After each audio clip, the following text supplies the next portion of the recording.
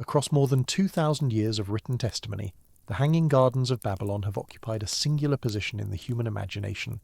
inspiring countless generations of poets, historians, artists, and dreamers with visions of an artificial paradise rising above the sun-baked plains of Mesopotamia, where terraces thick with imported trees and flowering shrubs cascaded down the sides of a vast stone structure, while ingenious hydraulic machinery lifted the waters of the Euphrates River to heights that seemed to defy the natural order.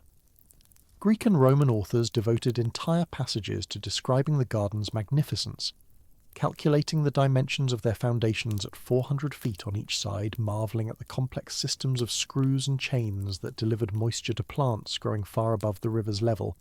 and attributing their construction to kings whose names echoed through the ancient world as synonyms for power and ambition.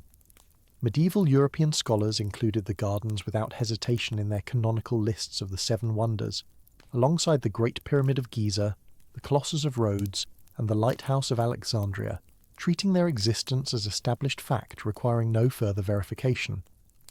Renaissance painters imagined the gardens as backgrounds for biblical scenes, depicting them as tiered structures covered with the lush vegetation of Italian hillsides transplanted to the deserts of the East, while 19th century archaeologists who descended upon the ruins of Babylon with picks and shovels fully expected to uncover the physical remains of the most romantic wonder of them all. But on the morning when the first systematic excavations of Babylon's ruins commenced in 1899, when German archaeologist Robert Koldewey began the work that would occupy him for nearly 2 decades and expose the foundations of temples, palaces, and the legendary Ishtar Gate itself, the gardens that had captured Western imagination for millennia refused to reveal themselves in the broken brickwork and accumulated debris of 25 centuries. No foundation matched the descriptions provided by ancient sources. No hydraulic system capable of the feats attributed to the gardens emerged from the tons of earth that Koldewey's workers removed season after season. No cuneiform inscription among the tens of thousands of clay tablets recovered from Babylonian archives mentioned a garden matching the wonder's description, despite the meticulous record-keeping that characterized the scribal traditions of ancient Mesopotamia. The absence grew more conspicuous with each passing decade of archaeological investigation, until scholars confronting the accumulated negative evidence found themselves forced to consider possibilities that earlier generations would have dismissed as unthinkable, including the prospect that the most beautiful site in the ancient world had never existed in Babylon at all, that the garden attributed to Nebuchadnezzar II had been built by a different king in a different city, or that the entire wonder was nothing more than an elaborate literary fiction created by Greek writers who never set foot in Mesopotamia themselves. This is the story of the Hanging Gardens of Babylon, from the ancient Mesopotamian world where they were said to have risen in defiance of desert aridity, through the centuries of Greek and Roman testimony that preserved their memory while perhaps distorting their origins, the medieval and Renaissance periods that transmitted the wonder into European consciousness, the age of archaeological exploration that expected to find them and failed, and the 20th and 21st century scholarship that has proposed alternative locations, alternative builders, and alternative explanations for how one of history's most celebrated monuments became associated with a city where it may never have stood. The investigation encompasses questions of textual transmission and archaeological methodology, the reliability of ancient sources writing centuries after the events they purported to describe, the political motivations that may have shaped which stories survived and how they were told, and the fundamental challenge of recovering truth from a past that left behind abundant ruins, but frustratingly incomplete records of the meanings those ruins held for their original inhabitants. The world into which the Hanging Gardens were supposedly born was one of the most ancient and sophisticated civilizations humanity had yet produced, occupying the fertile lowlands between the Tigris and Euphrates rivers in a region the Greeks would call Mesopotamia, meaning the land between the rivers, and which modern geographers identify with present-day Iraq, eastern Syria, and southeastern Turkey. This alluvial plain, deposited over millennia by the seasonal flooding of the twin rivers, supported some of the earliest experiments in systematic agriculture, urban development, and literate administration anywhere on Earth, giving rise to the Sumerian city-states of the 4th and 3rd millennia BCE, the Akkadian Empire of Sargon the Great, the 3rd dynasty of Ur, and the succession of Babylonian and Assyrian kingdoms that dominated the region throughout the second and first millennia before the Common Era. The very name Babylon, derived from the Akkadian Babilim meaning Gate of the Gods, evoke the sacred geography that inhabitants of the region perceived in their landscape, where the great temples that crowned major cities served as points of contact between the human and divine realms, and where the regular flooding of the rivers was understood as evidence of cosmic forces operating according to patterns that skilled priests and scribes could observe, record, and partially predict. The environmental conditions of southern Mesopotamia presented particular challenges to any form of ornamental gardening that extended beyond the narrow strips of vegetation bordering the rivers and canals. Annual rainfall in the region around Babylon averaged less than 6 inches, concentrated almost entirely in the winter months, and wholly inadequate to sustain the kinds of lush plantings that characterized the mountain forests of northern Mesopotamia, Iran, or the Levant. The summer months brought temperatures regularly exceeding 100 degrees Fahrenheit, with hot winds carrying dust from the surrounding plains and desiccating any exposed vegetation not receiving constant irrigation. The successful cultivation of date palms, grain crops, and vegetable gardens required elaborate systems of canals, levees, and water-lifting devices that represented some of the most impressive achievements of ancient Mesopotamian engineering, but these systems were designed for agricultural productivity rather than aesthetic display, distributing water across horizontal fields rather than raising it to the elevated terraces described in accounts of the Hanging Gardens. The creation of a vertical garden covering an area equivalent to several acres, planted with large trees and flowering shrubs from distant mountain regions, and watered by machinery capable of lifting river water to heights of 75 feet or more, would have represented an engineering achievement far exceeding anything else attested in the Mesopotamian archaeological or textual record, which is precisely what made the gardens legendary, and precisely what made their complete absence from that record so troubling to scholars who expected physical and documentary confirmation of their existence. The city of Babylon itself occupied a strategic position along the Euphrates River, approximately 55 miles south of modern Baghdad, controlling trade routes that connected the Persian Gulf with Syria, Anatolia, and the Mediterranean world beyond. The city's prominence fluctuated considerably over its 3,000-year history, rising to dominance under King Hammurabi in the 18th century BCE, declining under subsequent foreign domination, and achieving its greatest territorial extent and architectural magnificence under the Neo-Babylonian dynasty that ruled from 626 to 539 BCE. This final period of Babylonian independence, lasting less than a century before the Persian conquest under Cyrus the Great, produced most of the monumental construction whose ruins subsequent centuries would identify with Babylon's legendary grandeur, including the processional way lined with glazed brick lions, the Ishtar Gate with its blue-tiled reliefs of dragons and bulls, the massive ziggurat that Greeks identified with the biblical Tower of Babel, and the extensive palace complexes where Babylonian kings conducted the ceremonies of state and administered an empire stretching from the borders of Egypt to the mountains of Iran. If the Hanging Gardens existed as described by later Greek and Roman sources, they would almost certainly have been constructed during this period, and the figure most consistently associated with their creation was Nebuchadnezzar II, who ruled Babylon from 605 to 562 BCE,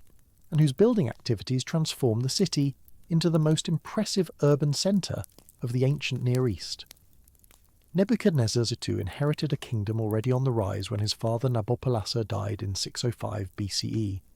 having spent the previous 2 decades establishing Babylonian independence from the crumbling Assyrian Empire and positioning his realm to inherit Assyrian territories as that brutal but magnificent power collapsed. The young king, probably in his mid-20s at his accession, immediately faced the challenge of consolidating Babylonian authority over the former Assyrian provinces of Syria and the Levant, where Egyptian pharaohs sought to establish their own sphere of influence, and local rulers tested the commitment of their new overlords.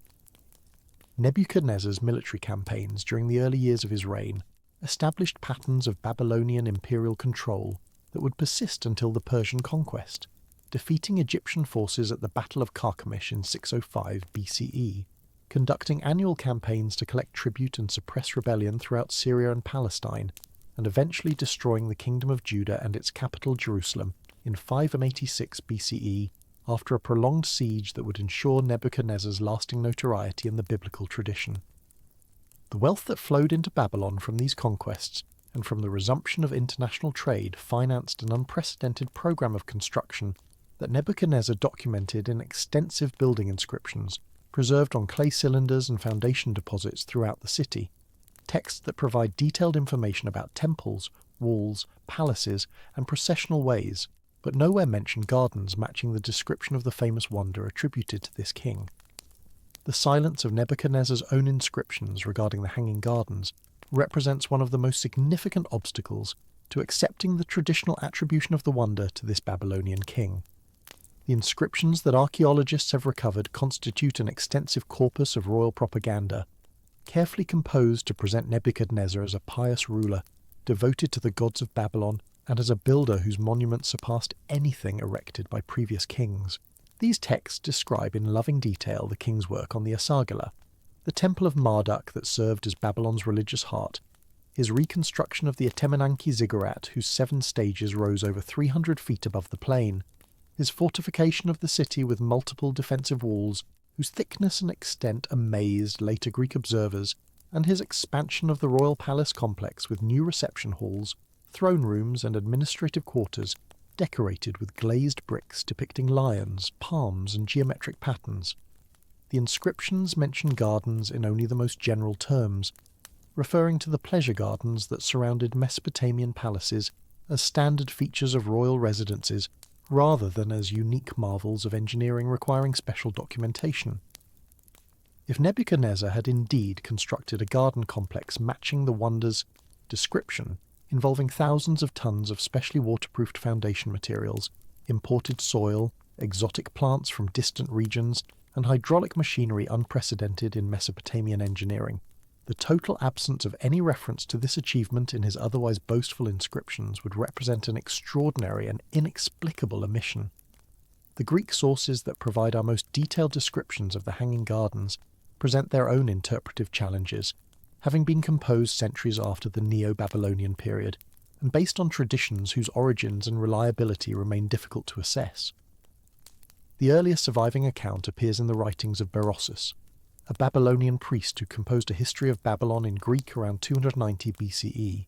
nearly 3 centuries after Nebuchadnezzar's reign, and more than 2 centuries after the Persian conquest that ended Babylonian independence. Berossus's original work has not survived intact, but fragments preserved by later authors indicate that he attributed the gardens to Nebuchadnezzar and provided a romantic explanation for their construction, claiming that the king built them for a queen named Amytis, daughter of the Median king Astyages, who missed the mountainous landscapes of her homeland and longed for elevated gardens that would recall the forests and hills of Media. This romantic narrative, connecting the wonder to a specific queen and a specific emotional motivation, proved enduringly popular and shapes most modern presentations of the garden's origin story. Yet its historical foundations are questionable at best, depending on a genealogical claim about Amytis' parentage that contradicts other ancient sources and appearing nowhere in the extensive Babylonian documentation of the period. The question of Amytis herself illustrates the difficulties involved in reconstructing the history behind the garden legend. Babylonian records confirm that Nebuchadnezzar married a Median princess as part of the diplomatic alliance between Babylon and Media that helped bring down the Assyrian Empire, but these records do not provide the princess's name, and the identification with Amytis depends entirely on later Greek sources whose accuracy cannot be independently verified. The claim that Amytis was the daughter of Astyages creates particular problems,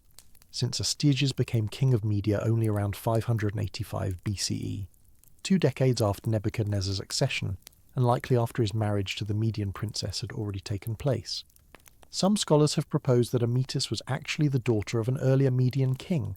possibly Caxares, with later confusion about Median royal genealogy, producing the erroneous association with Astyages, but this represents speculation intended to reconcile contradictory ancient accounts rather than firm historical reconstruction. The emotional motivation attributed to Amytis, her longing for the mountains of Media, and her depression in the flat landscape of Babylon, appears in no source earlier than Berossus, and may represent either genuine Babylonian court tradition, preserved through 3 centuries of oral transmission, creative literary embellishment by Berossus himself, or later interpolation by the authors who preserved Berossus's fragments. Diodorus Siculus, a Greek historian writing in the 1st century BCE, provided what became the most influential physical description of the gardens, calculating their dimensions at 400 feet square, with terraces rising to a height of more than 50 cubits, approximately 75 feet. According to Diodorus, the terraces were constructed over foundations of massive stone blocks, themselves covered with layers of reeds, bitumen and lead sheets to prevent moisture from penetrating the underlying structure, then filled with soil deep enough to accommodate the root systems of large trees. Water reached the uppermost terraces through concealed channels feeding from cisterns that were themselves supplied by machinery continuously raising water from the Euphrates,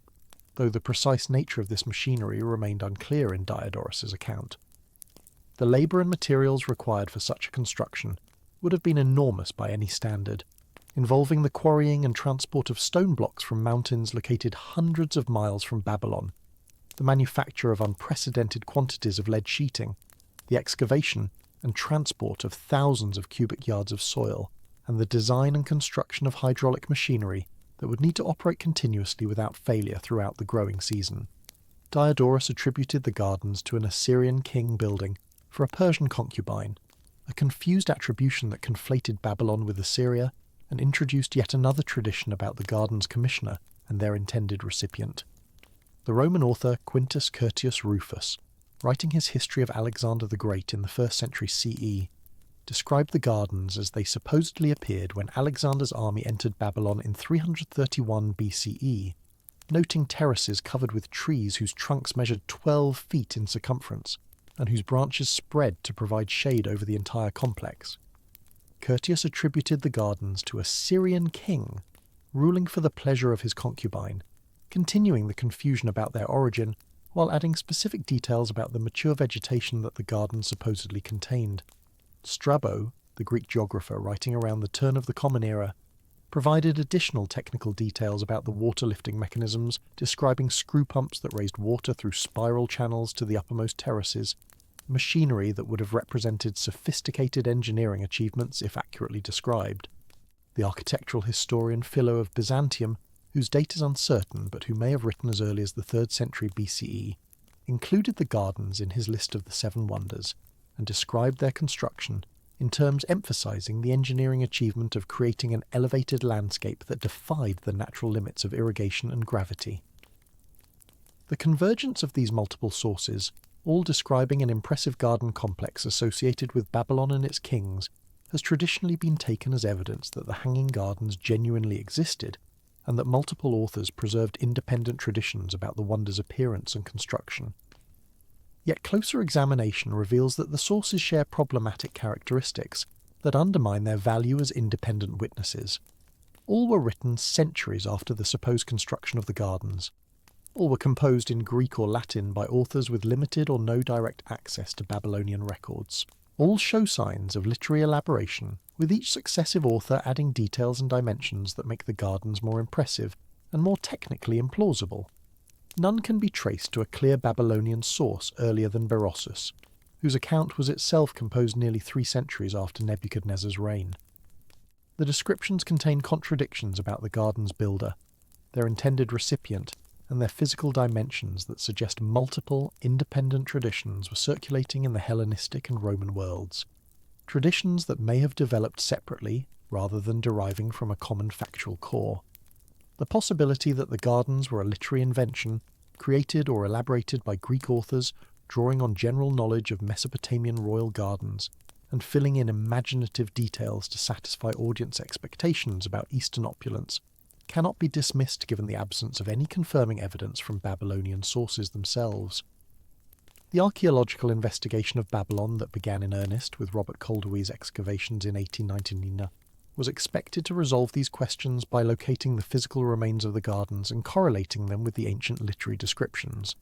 Calderwood, a German architect and archaeologist who would devote 18 years to excavating the most famous city of ancient Mesopotamia, brought systematic methodology and extensive resources to a site that had been subjected only to sporadic and unsystematic investigation by earlier explorers.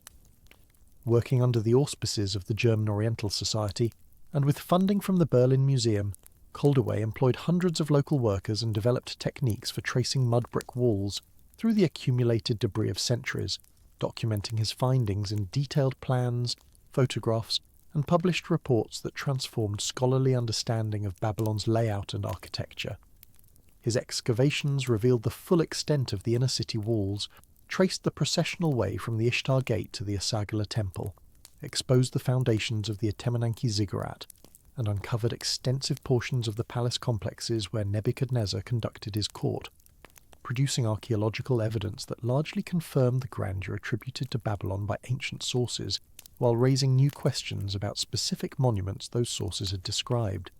Within the palace complex, Koldewey identified one structure that he believed might represent the remains of the Hanging Gardens, a vaulted basement area in the northeastern corner of the palace that contained an unusual well with 3 vertical shafts and appeared to have been designed for some form of water-raising mechanism. The construction techniques used in this basement differed from those employed elsewhere in the palace, featuring stone rather than the typical mud brick, and incorporating architectural features that seemed designed to support substantial weight on the vaults above. Koldewey proposed that these foundations had supported the terraces of the Hanging Gardens, with the multi-shaft well serving to power the hydraulic machinery that raised water to the elevated plantings, though he acknowledged that the structure was considerably smaller than the dimensions provided by Diodorus Siculus and other ancient authors. The identification attracted scholarly attention and made its way into popular accounts of the gardens, but subsequent analysis raised serious objections that have largely discredited Koldewey's attribution. The vaulted basement was too far from the Euphrates to have served as the intake point for water-lifting machinery of the type described in ancient sources, would have required pumping water laterally for a considerable distance before raising it vertically, and occupied a location that did not match the positions indicated in text describing the gardens as visible from the river or as adjacent to the palace's principal facades. The building's actual function remains uncertain, with suggestions including a storehouse for provisions, an administrative archive, or a structure connected with the palace's water supply system, but consensus has formed against its identification with the legendary gardens. The broader failure to locate garden foundations anywhere in the excavated areas of Babylon proved more significant than the difficulties with Koldewey's specific identification. Systematic investigation of the palace complex, the area between the palace and the river, and the zones surrounding the principal temples and public buildings revealed nothing that could be interpreted as the massive foundations required to support elevated terraces of the dimensions described in ancient sources. No waterproofing layers of lead or bitumen appeared in contexts suggesting garden construction. No channels or conduits for water distribution to elevated plantings emerged from the excavated areas. No written records among the thousands of clay tablets recovered from the site mentioned construction projects matching the garden's description, or documented the substantial administrative apparatus that maintaining such gardens would have required, including procurement of exotic plants, employment of specialized gardeners, and continuous operation of water-lifting machinery. The negative evidence accumulated across decades of excavation, supplemented by subsequent investigations conducted by Iraqi archaeologists and international teams throughout the 20th century, created a progressively stronger case that whatever the Hanging Gardens were, they were not located in the areas of Babylon that archaeology had explored. Several explanations have been proposed to account for the archaeological silence while preserving the historical existence of gardens somewhere in Babylon. The most straightforward explanation holds that the gardens were located in an area that has not yet been excavated, perhaps in one of the extensive palace complexes that Koldewey documented but did not fully explore, or in zones that remain under modern occupation and are therefore inaccessible to archaeological investigation. The western section of Babylon, separated from the excavated areas by the Euphrates River, contains substantial palace structures that have received only limited investigation, and could theoretically include garden foundations that have not yet been identified. This explanation requires accepting that the most famous monument of ancient Babylon was located in a position that left no trace in the excavated areas, and that ancient descriptions of its visibility and relationship to the river and palace complexes were inaccurate, but it preserves the possibility of eventual discovery while accounting for the current absence of evidence. A second explanation proposes that the gardens were constructed using materials and techniques that have left no recognizable archaeological trace, perhaps employing wooden rather than stone foundations, or utilizing engineering solutions that decompose completely in the millennia following Babylon's abandonment, though this explanation struggles to account for the massive dimensions and weights attributed to the gardens in ancient sources. A third explanation, advanced with increasing frequency by contemporary scholars, questions whether the Hanging Gardens existed in Babylon at all, proposing instead that the wonder attributed to Nebuchadnezzar was actually built by a different king in the Assyrian capital of Nineveh, located on the Tigris River in northern Mesopotamia, approximately 500 miles north of Babylon. This hypothesis, associated most prominently with Stephanie Dalley of the University of Oxford, draws on a body of Assyrian royal inscriptions and reliefs that document extensive palace garden construction by Assyrian kings, particularly Sennacherib, who ruled from 705 to 681 BCE and transformed Nineveh into one of the most impressive cities of the ancient world. Sennacherib's inscriptions describe gardens that were irrigated by an elaborate system of canals, aqueducts, and water-lifting machinery, planted with trees and shrubs imported from distant regions, and constructed on terraced foundations that raised the plantings to impressive heights above the surrounding landscape.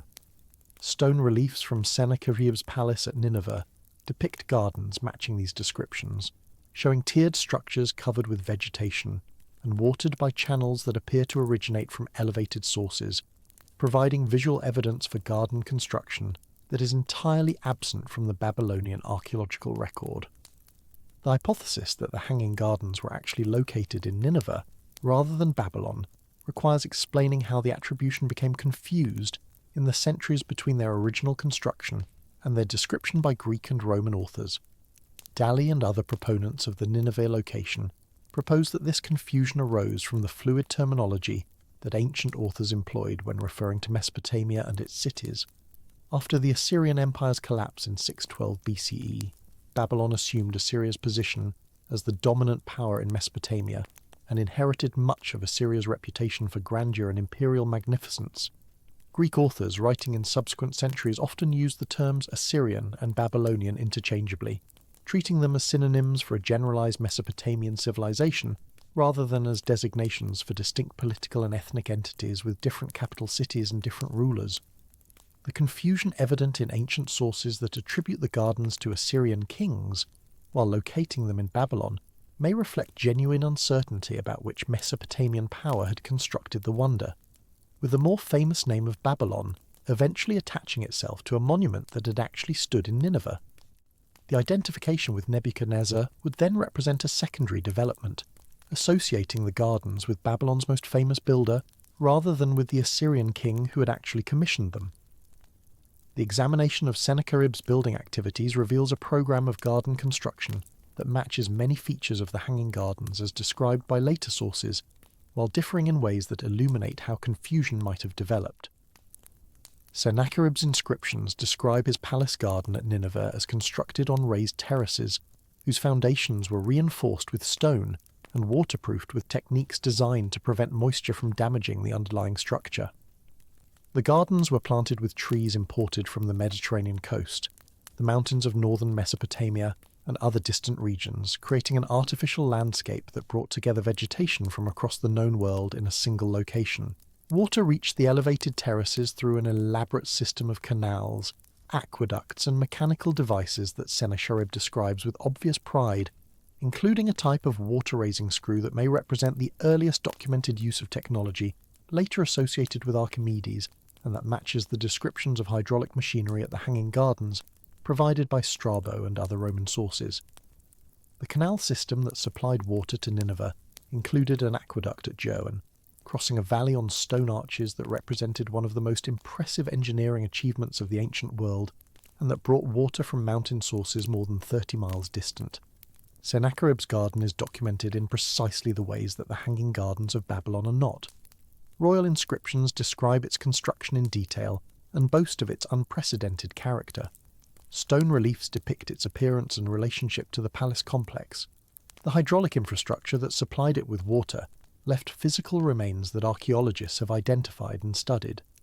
The question of why this well-documented Assyrian garden came to be attributed to Babylon and to Nebuchadnezzar becomes central to understanding the transmission of the Hanging Gardens tradition and the reliability of the sources that preserved it.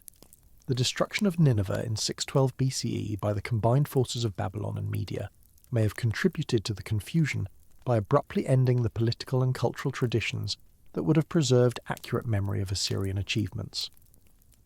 The city was thoroughly sacked by its conquerors, its palaces looted and burned, its population scattered or killed, its administrative archives dispersed or destroyed. Unlike Babylon, which continued to function as a major city under Persian, Seleucid and Parthian rule, and which preserved substantial traditions about its own past through continuous habitation, Nineveh ceased to be a living city almost overnight, and became a ruin within a generation of its destruction.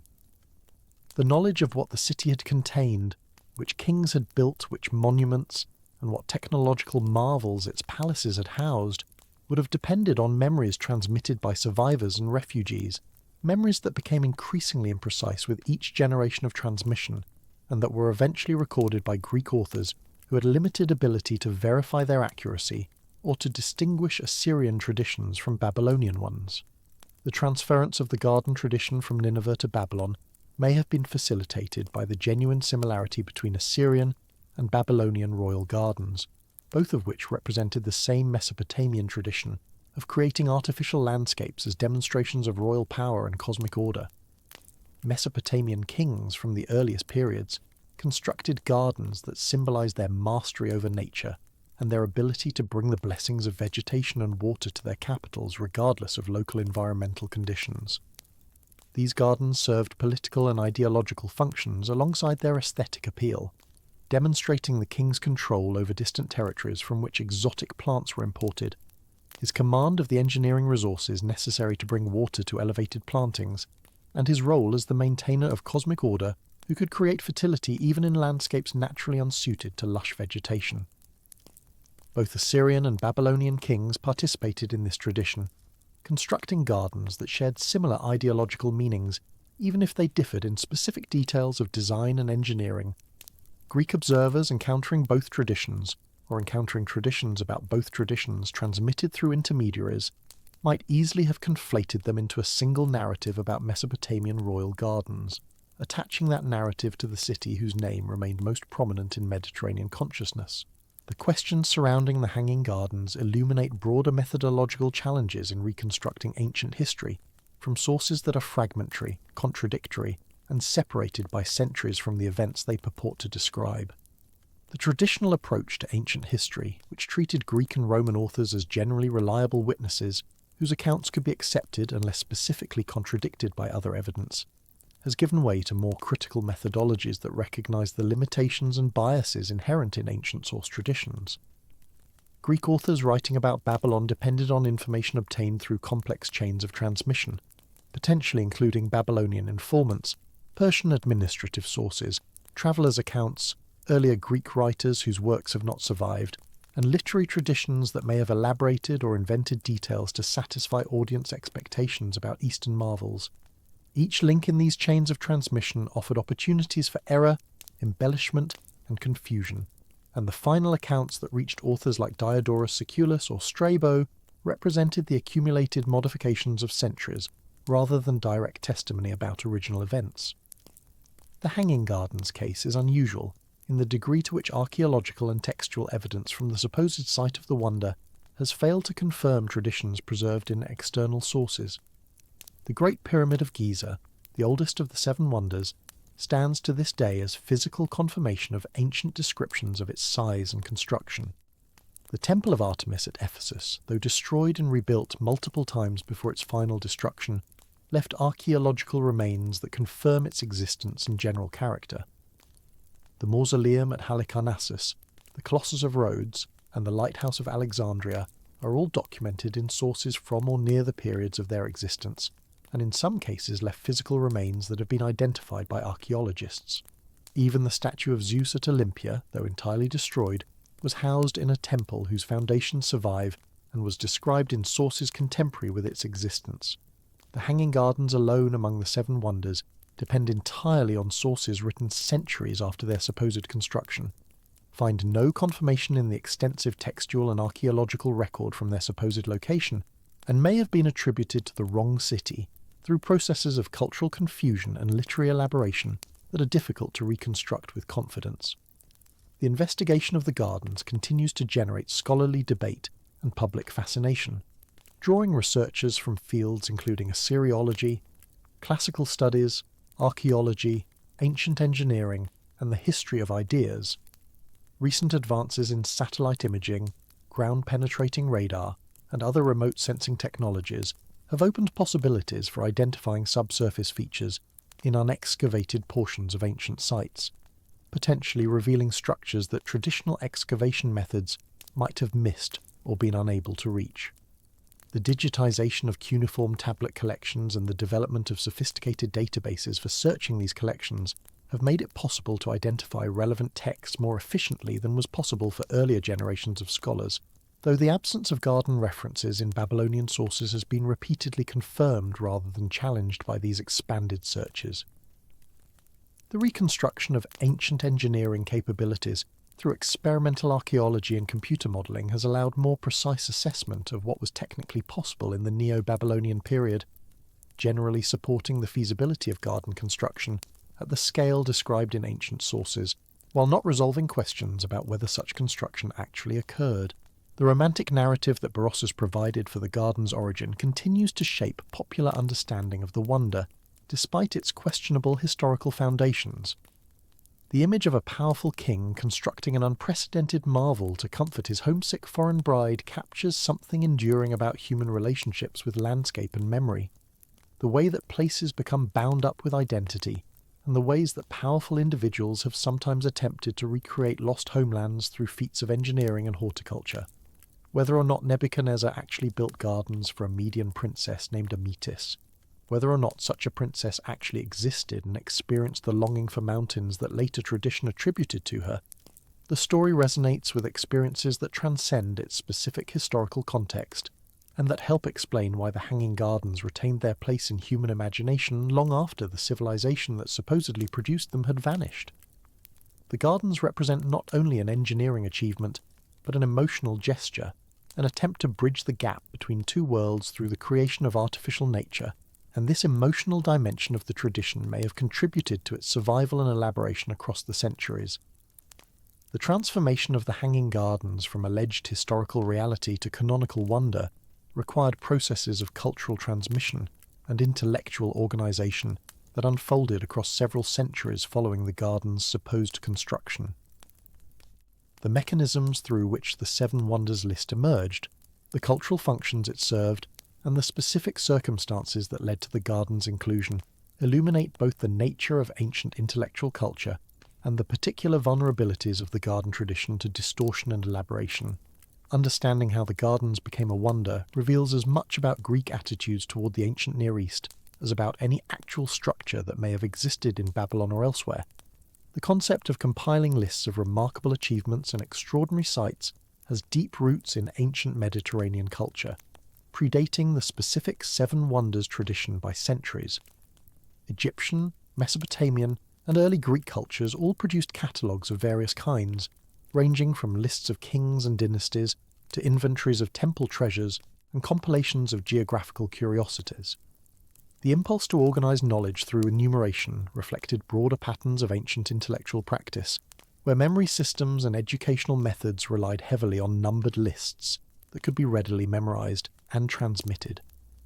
The specific number 7 carried particular significance across multiple ancient cultures, appearing in religious, astronomical and organisational contexts from Mesopotamia to Greece and beyond.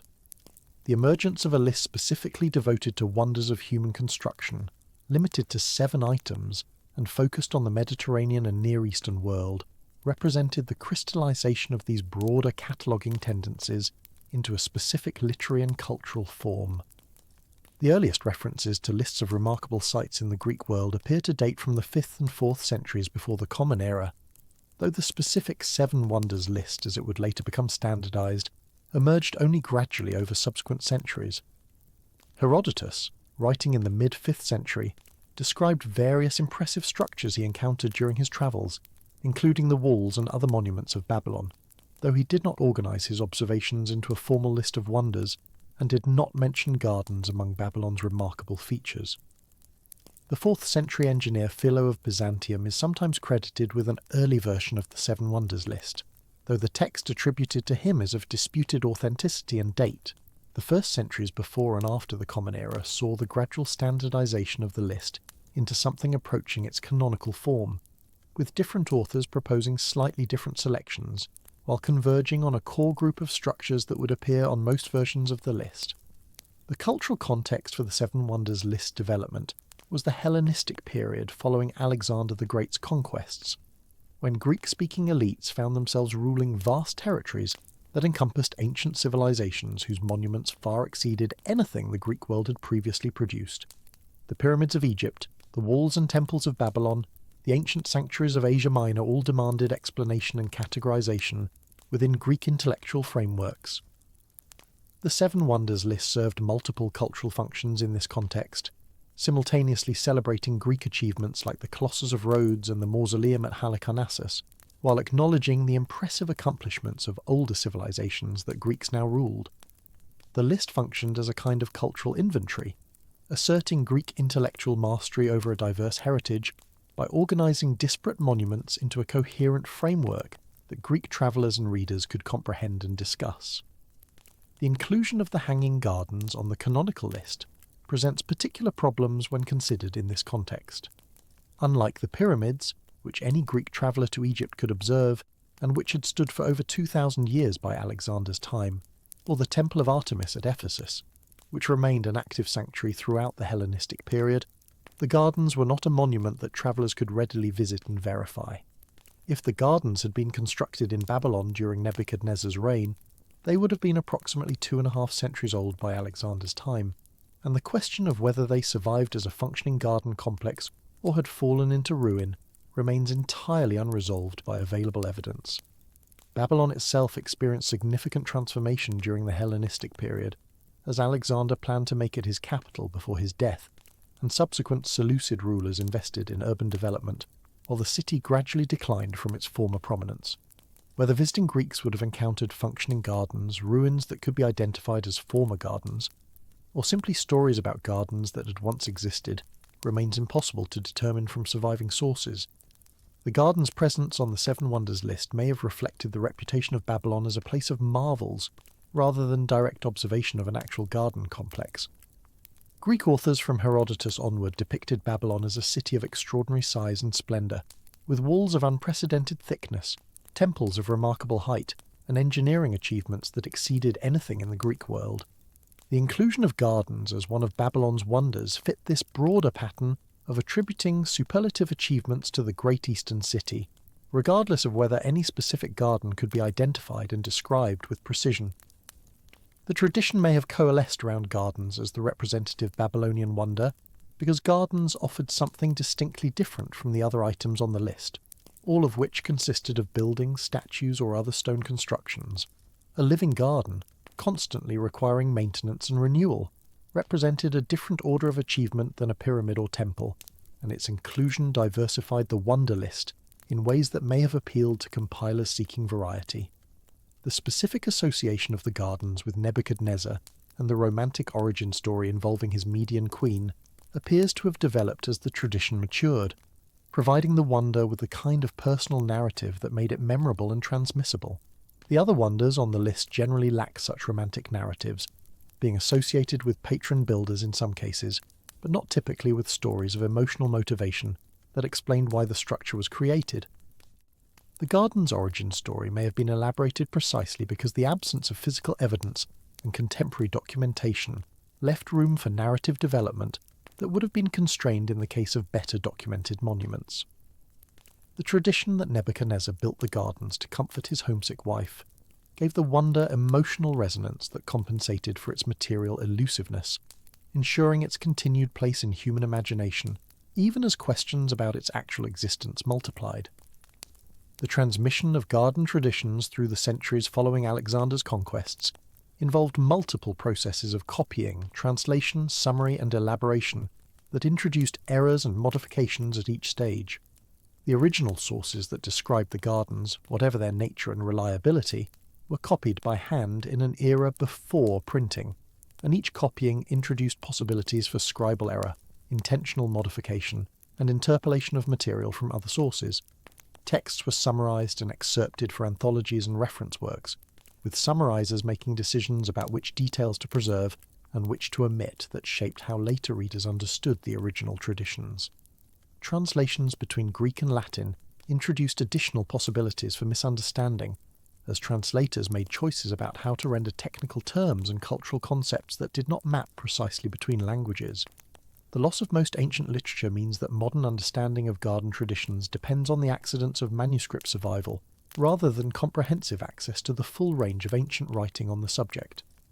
The sources that survive, including Diodorus Siculus, Strabo, Quintus Curtius Rufus, and others, represent a tiny fraction of what was written about Babylon and its marvels in antiquity, and the particular texts that survived were preserved for reasons that often had nothing to do with their accuracy or comprehensiveness regarding the gardens. Diodorus survived in substantial part because Byzantine scholars valued his work as a chronological framework for world history, not because they were particularly interested in Babylonian gardens. Strabo survived because his geographical work proved useful to later readers interested in the Roman Empire and its territories.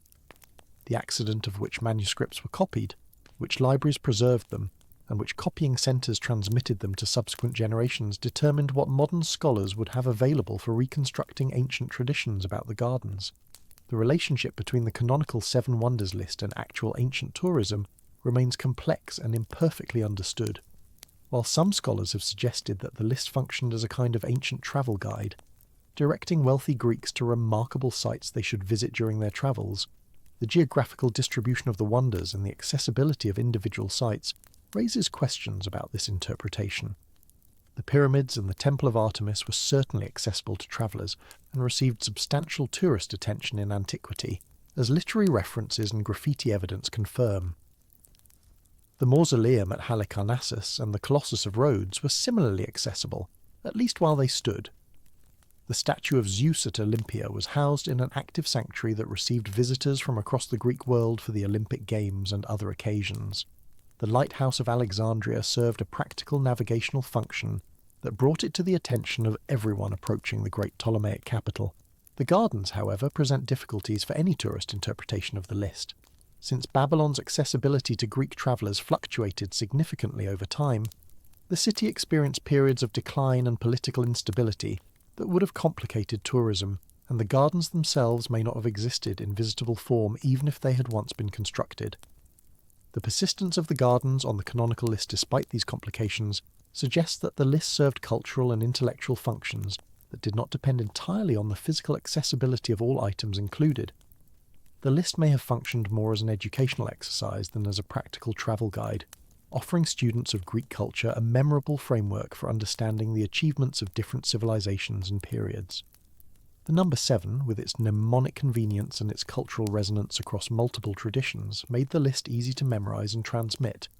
while the diversity of items included demonstrated the range of human creative capacity across different domains. Gardens, representing living achievement rather than static construction, contributed to this diversity in ways that made their inclusion valuable, regardless of whether any individual student would ever have opportunity to visit them. The integration of Near Eastern material into Greek intellectual culture during the Hellenistic period involved complex processes of adaptation and reinterpretation that shaped how Greek authors understood and described Mesopotamian achievements.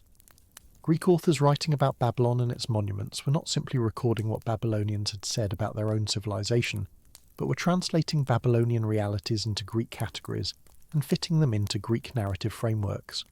The gardens, whether they existed as physical structures or only as literary traditions, were understood through Greek concepts of nature, art, and royal power that may have differed significantly from how Babylonians would have conceptualized similar achievements. The Greek term paradeisos, which came to be associated with the gardens and which eventually evolved into the English word paradise, derived from Persian rather than Babylonian usage, reflecting the multi-layered cultural influences that shaped Greek understanding of Near Eastern gardens and parks.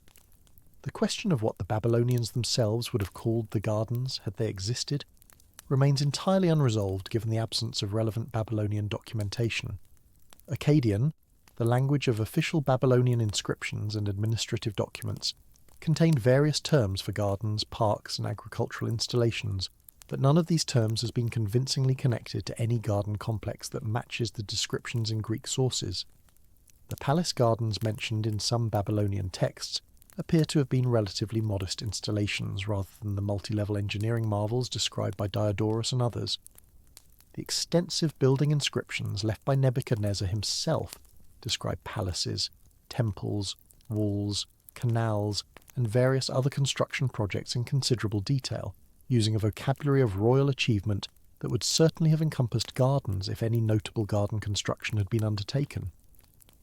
The silence of these inscriptions regarding gardens that should have ranked among the most impressive achievements of their builder has proved one of the most persistent difficulties for scholars attempting to defend the historicity of the traditional accounts. The engineering challenges involved in creating elevated gardens on the scale described by Greek sources have attracted sustained attention from scholars interested in ancient technology and construction methods. The descriptions preserved in Diodorus Siculus and other sources imply a structure of considerable complexity, involving multiple levels of terracing, elaborate waterproofing systems to protect underlying masonry from the moisture required by plants, and mechanical devices capable of lifting water from ground level or from a nearby river to the upper reaches of the garden structure.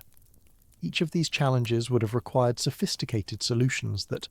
while not beyond the capabilities of Neo-Babylonian engineering, would have represented significant achievements worthy of documentation and celebration. The absence of any such documentation in Babylonian sources, and the absence of any physical evidence for the kinds of hydraulic installations that elevated gardens would have required, has led some scholars to question whether the technology described in Greek accounts actually existed in the Neo-Babylonian period, or whether later authors retroactively attributed more sophisticated capabilities than the period actually possessed. The waterproofing challenge deserves particular attention, given its technical complexity and its importance for any elevated garden structure. Keeping plants alive on upper levels of a terraced structure requires maintaining consistent soil moisture,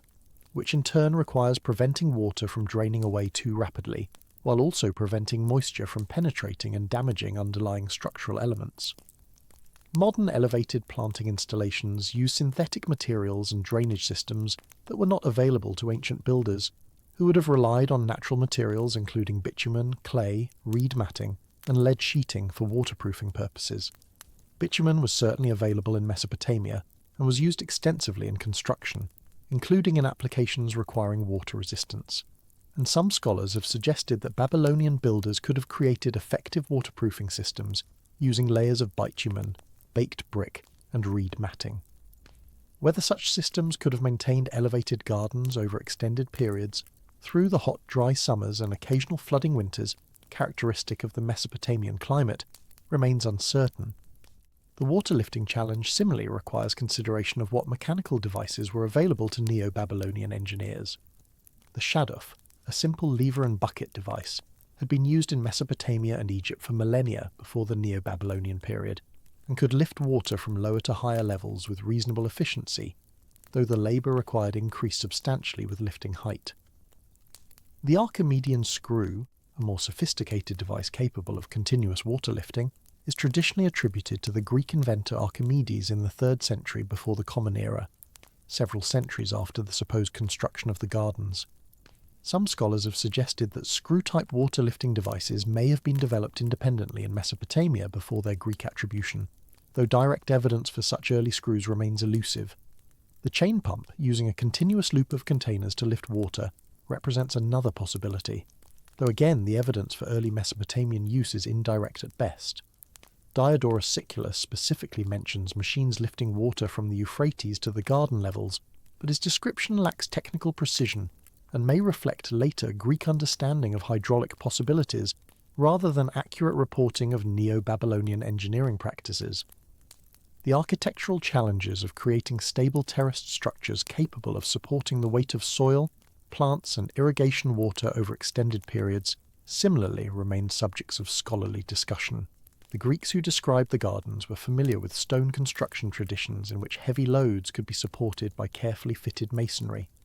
But Babylonian construction relied primarily on mud brick, a material with different structural properties and different limitations on load-bearing capacity. The palaces and ziggurats of Mesopotamia achieved impressive heights, using mud brick construction techniques refined over millennia, suggesting that Neo-Babylonian builders possessed considerable structural engineering expertise, but the specific requirements of garden terracing presented different challenges than temple or palace construction. The soil depth required for substantial plantings, the moisture that irrigation would introduce to structural elements, and the root systems that plants would develop over time all created conditions that mud brick construction would have found difficult to accommodate without extensive protective measures. The botanical dimensions of the garden tradition have received less scholarly attention than the engineering and archaeological questions, though they present their own interpretive challenges. The plants mentioned or implied in ancient descriptions of the gardens range from large trees to smaller shrubs and possibly flowers, representing a variety of water requirements, soil needs, and climatic tolerances, creating conditions suitable for mountain vegetation in the hot, dry environment of southern Mesopotamia would have required not only consistent irrigation, but potentially shading, microclimate management, and soil amendments that would have added considerably to the maintenance challenges of any elevated garden installation. The claim that the gardens were created specifically to comfort a queen who missed the mountain landscapes of Media implies that the plantings attempted to recreate something of the appearance and feel of that mountainous region, with its cooler temperatures, higher rainfall, and different vegetation communities than the flat, dry plains around Babylon. The seasonal rhythms of garden maintenance in the Mesopotamian environment would have required sustained institutional support over extended periods, raising questions about the continuity of such support across changes in royal succession and political circumstances. Gardens, unlike temples or palaces, cannot simply be closed and left to stand when political or economic circumstances change, but require continuous care that must be organised and funded even during periods of instability or transition.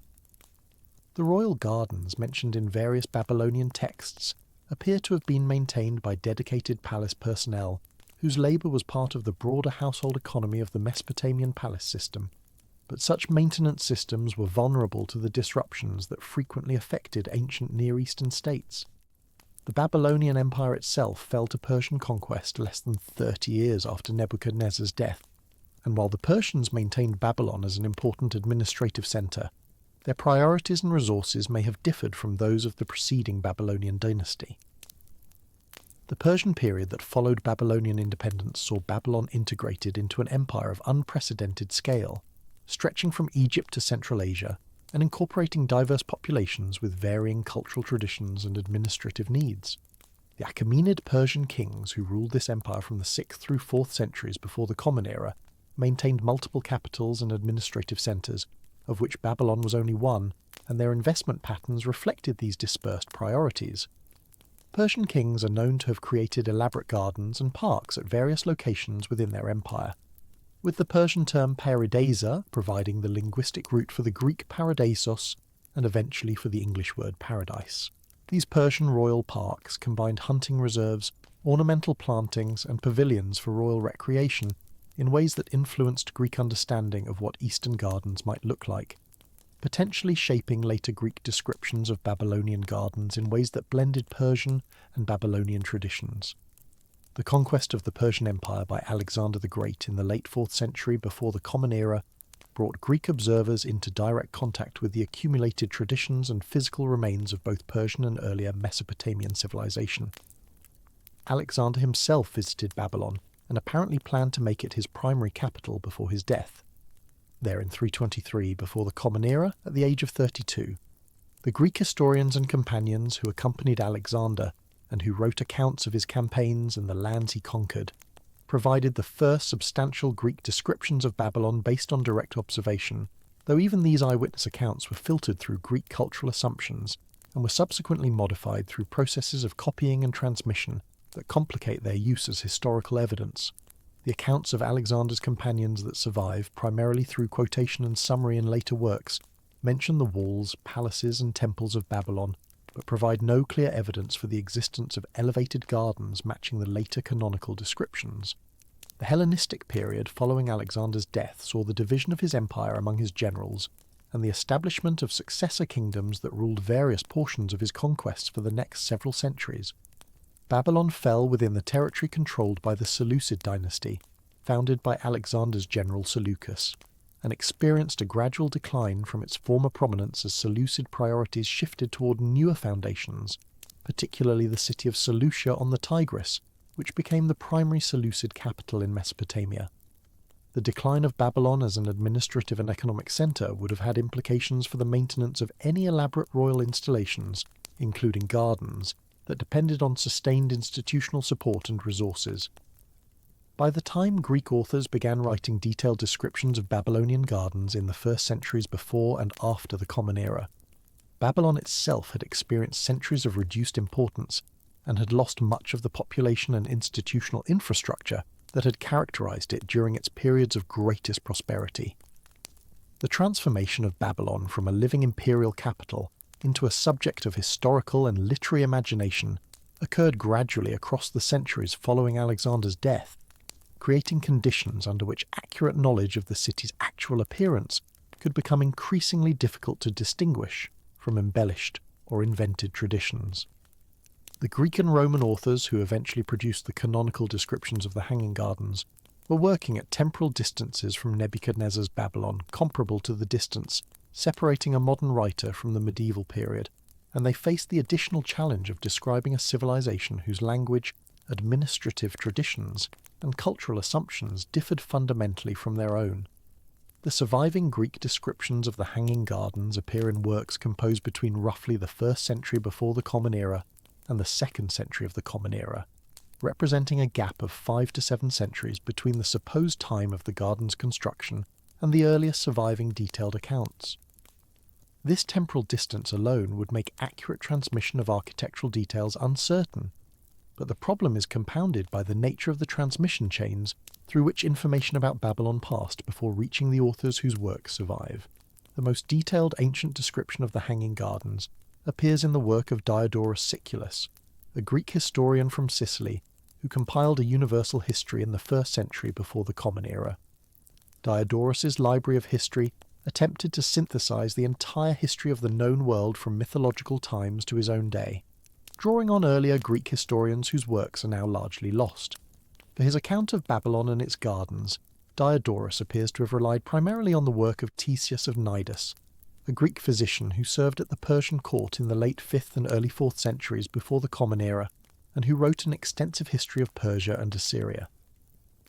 Ctesias's original work does not survive, but his accounts were widely cited by later Greek and Roman authors, and his reputation among ancient scholars was decidedly mixed, with many critics noting his apparent tendency toward sensationalism and exaggeration. The historian Plutarch, writing several centuries after Ctesias, dismissed him as a fabricator of stories, while other ancient authorities questioned the reliability of his geographical and historical claims.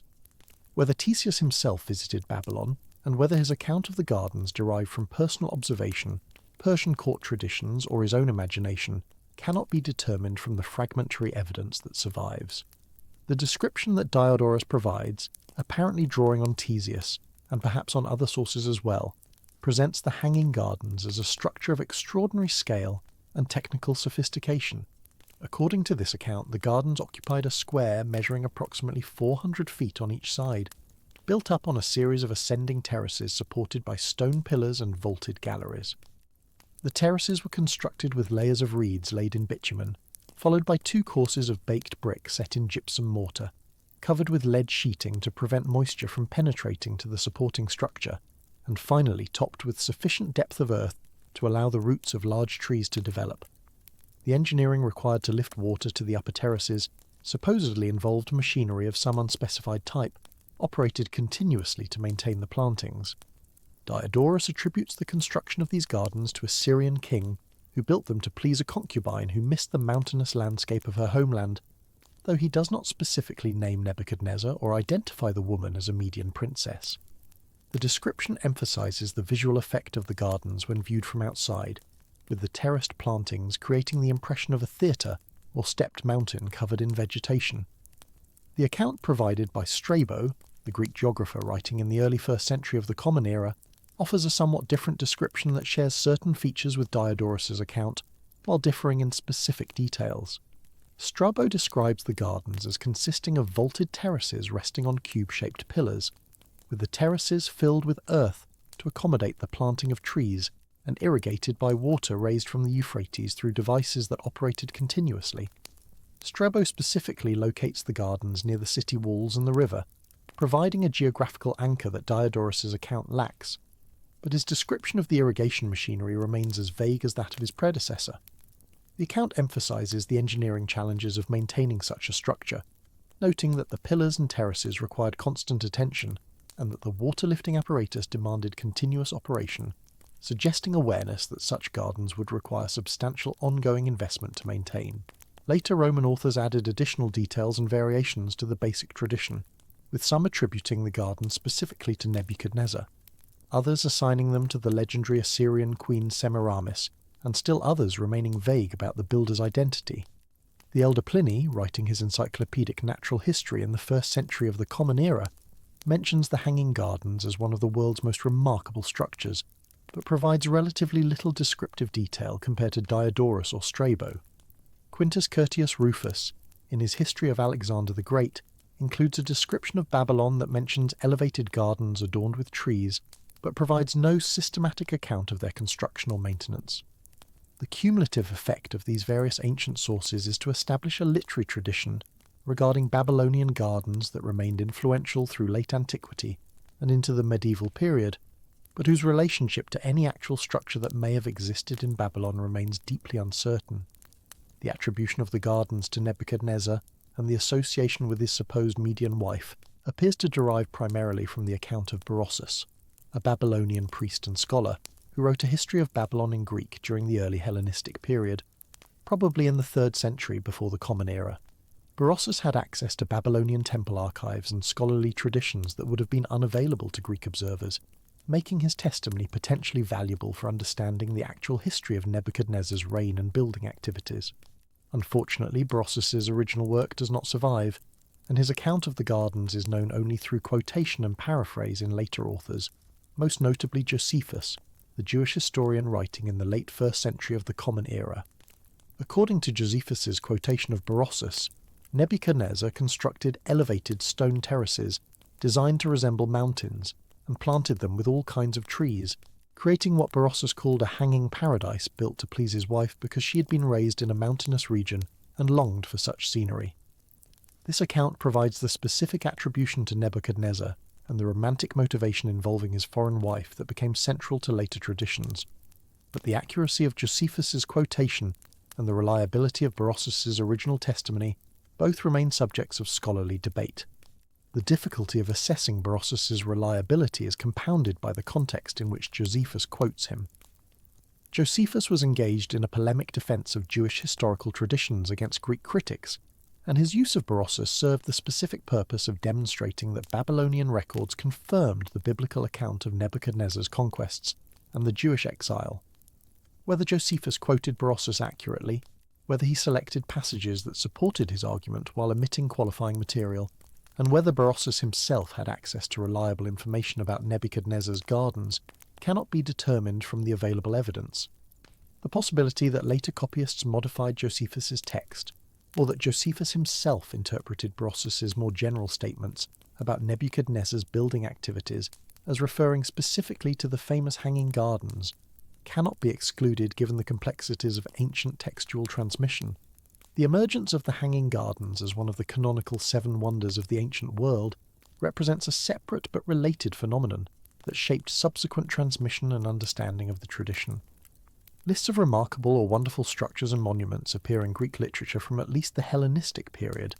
though the specific configuration of 7 wonders that became standard in later tradition was not fixed until relatively late in antiquity. Earlier lists varied in their contents and did not always include the Hanging Gardens, suggesting that the association of Babylon's gardens with this particular tradition of architectural marvels developed gradually rather than being established from the beginning. The eventual inclusion of the Hanging Gardens in the canonical list alongside structures whose existence is well documented, such as the pyramids of Giza and the mausoleum at Halicarnassus, lent the gardens a retrospective authority that may have exceeded the strength of the actual evidence for their existence. Once established as one of the 7 wonders, the Hanging Gardens acquired a position in Greek and Roman cultural knowledge that was sustained by the prestige of the list itself rather than by independent confirmation of the garden's reality. The textual tradition surrounding the Seven Wonders reveals important patterns in how ancient authors understood and transmitted information about architectural marvels. The list typically combined structures that their compilers had seen or could verify through reliable testimony with structures known primarily through legend or distant reputation. The pyramids of Egypt remained visible throughout antiquity and could be described on the basis of direct observation by Greek and Roman visitors. The Colossus of Rhodes, though it had fallen centuries before most surviving accounts were written, had existed within the historical period and could be described on the basis of eyewitness testimony transmitted through relatively short chains. The Temple of Artemis at Ephesus had been rebuilt multiple times and remained an active cult centre into late antiquity, providing continued opportunities for observation and description. The Hanging Gardens, by contrast, supposedly existed in a city that had experienced centuries of decline and whose physical remains were increasingly difficult to interpret, even for visitors who made the journey to observe them. The gardens occupied a category of wonder whose primary existence was textual rather than physical, sustained by literary tradition rather than by observable remains or living memory. The ancient authors who included the Hanging Gardens in their accounts of Babylon's marvels were not necessarily engaged in deliberate fabrication, but were working within the conventions of ancient historiography and geography, which permitted the compilation of traditional information from earlier sources without the requirements of verification that modern scholarship demands. A Greek or Roman author writing about Babylon in the 1st century before or after the Common Era faced the challenge of describing a civilization that had flourished centuries earlier, whose languages he likely could not read, and whose physical remains were difficult to interpret without access to local knowledge and scholarly traditions. Such an author would naturally draw on earlier Greek accounts, which themselves had drawn on still earlier sources or on Persian period traditions that blended Babylonian, Persian and Greek elements. The resulting descriptions might preserve genuine information about Babylonian gardens, while also incorporating legendary elaborations, misunderstandings, and creative additions that accumulated through the transmission process. The physical landscape of Babylon that archaeological investigation has revealed provides important context for understanding the plausibility of various elements in the ancient literary accounts. The city that Nebuchadnezzar rebuilt and expanded during his 43-year reign was organised around a processional avenue that ran from the Ishtar Gate through the centre of the city to the great temple complex of Esagila, where the Ziggurat Etemenanki rose in stepped stages toward the sky. The palace complex where Nebuchadnezzar resided occupied an extensive area in the northern part of the city, protected by the city walls and commanding views over the processional route and the surrounding urban fabric. Archaeological excavation of this palace area, conducted primarily by German archaeologists under Robert Coldaway between 1899 and 1917, revealed a vast complex of administrative chambers, storage facilities, throne rooms, and residential quarters built around a series of courtyards in accordance with Mesopotamian architectural traditions. The excavations uncovered the impressive Ishtar Gate, with its glazed brick reliefs of bulls and dragons, the throne room with its elaborate decorative programs, and numerous administrative texts and artifacts that illuminated the organisation and functioning of Nebuchadnezzar's palace household. Within this extensively excavated palace complex, Coldaway identified a structure in the northeastern corner that he believed might represent the remains of the Hanging Gardens. This structure, located in what Coldaway called the vaulted building, differed from other palace constructions in having stone foundations rather than the mud brick used throughout the rest of the complex, and in featuring a series of vaulted chambers arranged in a pattern that might have supported an elevated structure. The use of stone was unusual in Mesopotamia, where building stone was not locally available and had to be imported at considerable expense, and Coldaway reasoned that stone foundations would have been necessary to support the weight of water-saturated earth required for an elevated garden. The vaulted chambers might have served as the substructure supporting the garden terraces, with the vaults providing the strength needed to carry the combined weight of soil, water, and vegetation. Coldaway's identification was tentative and has been disputed by subsequent scholars, but his proposal shaped archaeological discussion of the Hanging Gardens question for much of the 20th century. The problems with Coldaway's identification have become increasingly apparent as archaeological understanding of Nebuchadnezzar's palace has developed. The vaulted building, while unusual in its construction materials and methods, does not match the descriptions provided by ancient literary sources in several important respects. Its position in the northeastern corner of the palace complex places it at considerable distance from the river, making water supply more difficult rather than easier, contrary to the ancient accounts that emphasize the proximity of the gardens to the Euphrates and the use of river water for irrigation. The scale of the structure is relatively modest compared to the enormous dimensions attributed to the gardens in Greek descriptions, and the configuration of the vaulted chambers does not obviously correspond to the terraced arrangement described by ancient authors. Administrative tablets found in the vicinity of the structure suggest that it may have functioned as a storage facility, possibly for provisions or archival materials, rather than as the support system for an elaborate garden installation. The absence of any cuneiform text describing elevated or hanging gardens in Babylon represents perhaps the most significant challenge to the traditional understanding of the wonder. Babylonian scribes produced enormous quantities of administrative and religious documentation throughout Nebuchadnezzar's reign and the subsequent periods, recording everything from temple offerings and worker rations to royal building projects and diplomatic correspondence. Nebuchadnezzar himself commissioned numerous inscriptions describing his building activities, listing the temples, palaces, walls and gates that he constructed or restored, and emphasizing his piety, power and devotion to the gods of Babylon. These royal inscriptions survive in multiple copies and provide detailed information about the materials, techniques, and purposes of Nebuchadnezzar's various projects. None of these texts mentions the construction of elevated gardens, terraced plantings, or the sophisticated irrigation machinery that the Greek sources describe. The silence of the Babylonian textual record regarding what was supposedly one of the city's most remarkable features requires explanation if the traditional account is to be maintained. Several possibilities have been proposed to account for this discrepancy between Greek literary tradition and Babylonian documentary evidence. One explanation suggests that the gardens may have existed but were not considered sufficiently important by Babylonian scribes to warrant detailed description in the types of texts that survive. Royal inscriptions tended to focus on temples, which brought honour to the gods, and on defensive structures, which demonstrated the king's power and his care for his subjects' security. Gardens, however elaborate, may have been classified as private or domestic installations that fell outside the categories of construction deemed worthy of commemorative inscription. This explanation has some merit, as the genres of Babylonian royal inscription did tend to privilege certain types of construction over others, but it requires accepting that the Greeks regarded as one of the world's greatest wonders a structure that Babylonians considered unworthy of textual commemoration, which seems at minimum somewhat paradoxical. An alternative explanation proposes that the Greek descriptions may conflate different types of gardens, or garden-related installations that existed in Babylon, but that did not correspond precisely to the canonical image of terraced hanging gardens. Babylonian texts do mention various gardens, parks, and planted areas associated with temples, palaces, and urban neighbourhoods, some of which may have featured elevated planting beds, irrigated terraces, or other elements that could have contributed to the Greek tradition. The possibility that Greek observers or their informants encountered multiple garden installations throughout Babylon and amalgamated their features into a single idealized description cannot be excluded given the processes of cultural translation and literary elaboration that characterized Greek writing about Eastern civilizations.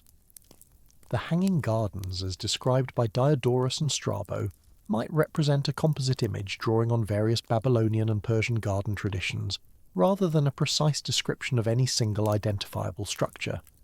The romantic narrative associating the gardens with Nebuchadnezzar's love for his Median wife has its own complications that affect assessment of the tradition's reliability. The identification of this wife as a metis derives from Greek sources rather than from Babylonian documentation, and while diplomatic marriages between the Babylonian and Median royal houses during this period are historically plausible, the specific personal details of the story cannot be confirmed. The notion that Nebuchadnezzar built the gardens to console a homesick queen fits patterns of romantic attribution that Greek and Roman authors frequently applied to monumental constructions, providing human motivation and emotional depth to what might otherwise seem like impersonal state projects. Whether this romantic motivation reflects actual Babylonian tradition, possibly derived through Berossus from court records or scholarly memory, or whether it represents Greek elaboration of a simpler building tradition cannot be determined from available evidence. The story's appeal to later audiences, its provision of a sympathetic human dimension to an otherwise technical architectural achievement, may have contributed to its transmission and elaboration regardless of its historical accuracy. The gardens attributed to the Assyrian queen Semiramis in some ancient accounts introduce additional complications regarding the location and nature of the structures described. Semiramis, known in Akkadian as Samuramat, was a historical figure associated with the Assyrian court in the 9th century before the Common Era, though Greek tradition transformed her into a legendary queen credited with founding Babylon itself, and with numerous other accomplishments that exceed the bounds of historical plausibility. The attribution of the Hanging Gardens to Semiramis in some sources may reflect confusion between Assyrian and Babylonian traditions, conflation of different garden installations in different cities, or the simple expedient of assigning impressive achievements to the most famous queen associated with the Mesopotamian world in Greek cultural memory. The existence of parallel traditions attributing the gardens to both Nebuchadnezzar and Semiramis suggests that the ancient authors themselves were uncertain about the gardens' origins and were drawing on traditions that were already confused or contradictory by the time they reached Greek cultural awareness. The confusion surrounding the gardens' attribution to figures separated by more than 2 centuries of Mesopotamian history reflects broader patterns in how Greek and Roman authors processed information about Eastern civilizations, patterns that combined genuine historical knowledge with legendary elaboration, cultural translation with imaginative reconstruction. The scholarly traditions that transmitted information about Babylon to the Mediterranean world operated across linguistic and cultural boundaries that inevitably introduced distortions, simplifications, and creative reinterpretations into accounts of Eastern monuments and institutions. The processes by which Babylonian historical memory was translated into Greek cultural understanding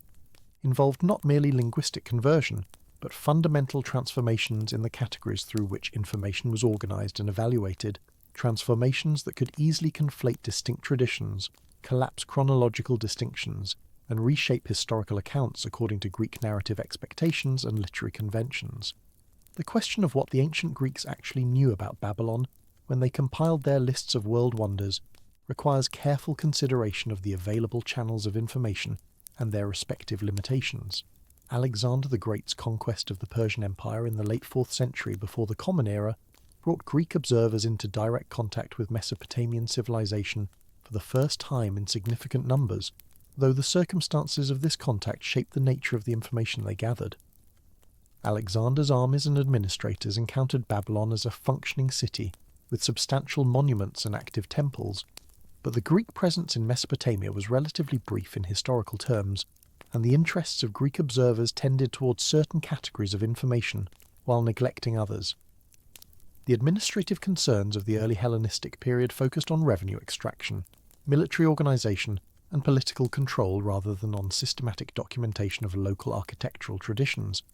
And while individual Greeks clearly took interest in Babylonian monuments and customs, the depth and accuracy of their understanding remained limited by linguistic barriers and cultural preconceptions.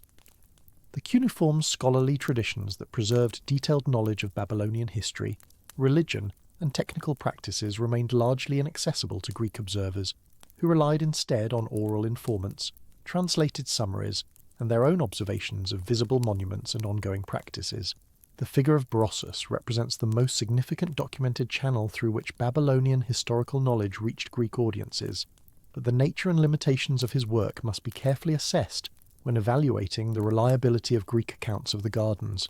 Berossus, a priest of Marduk who wrote in Greek during the early 3rd century before the Common Era,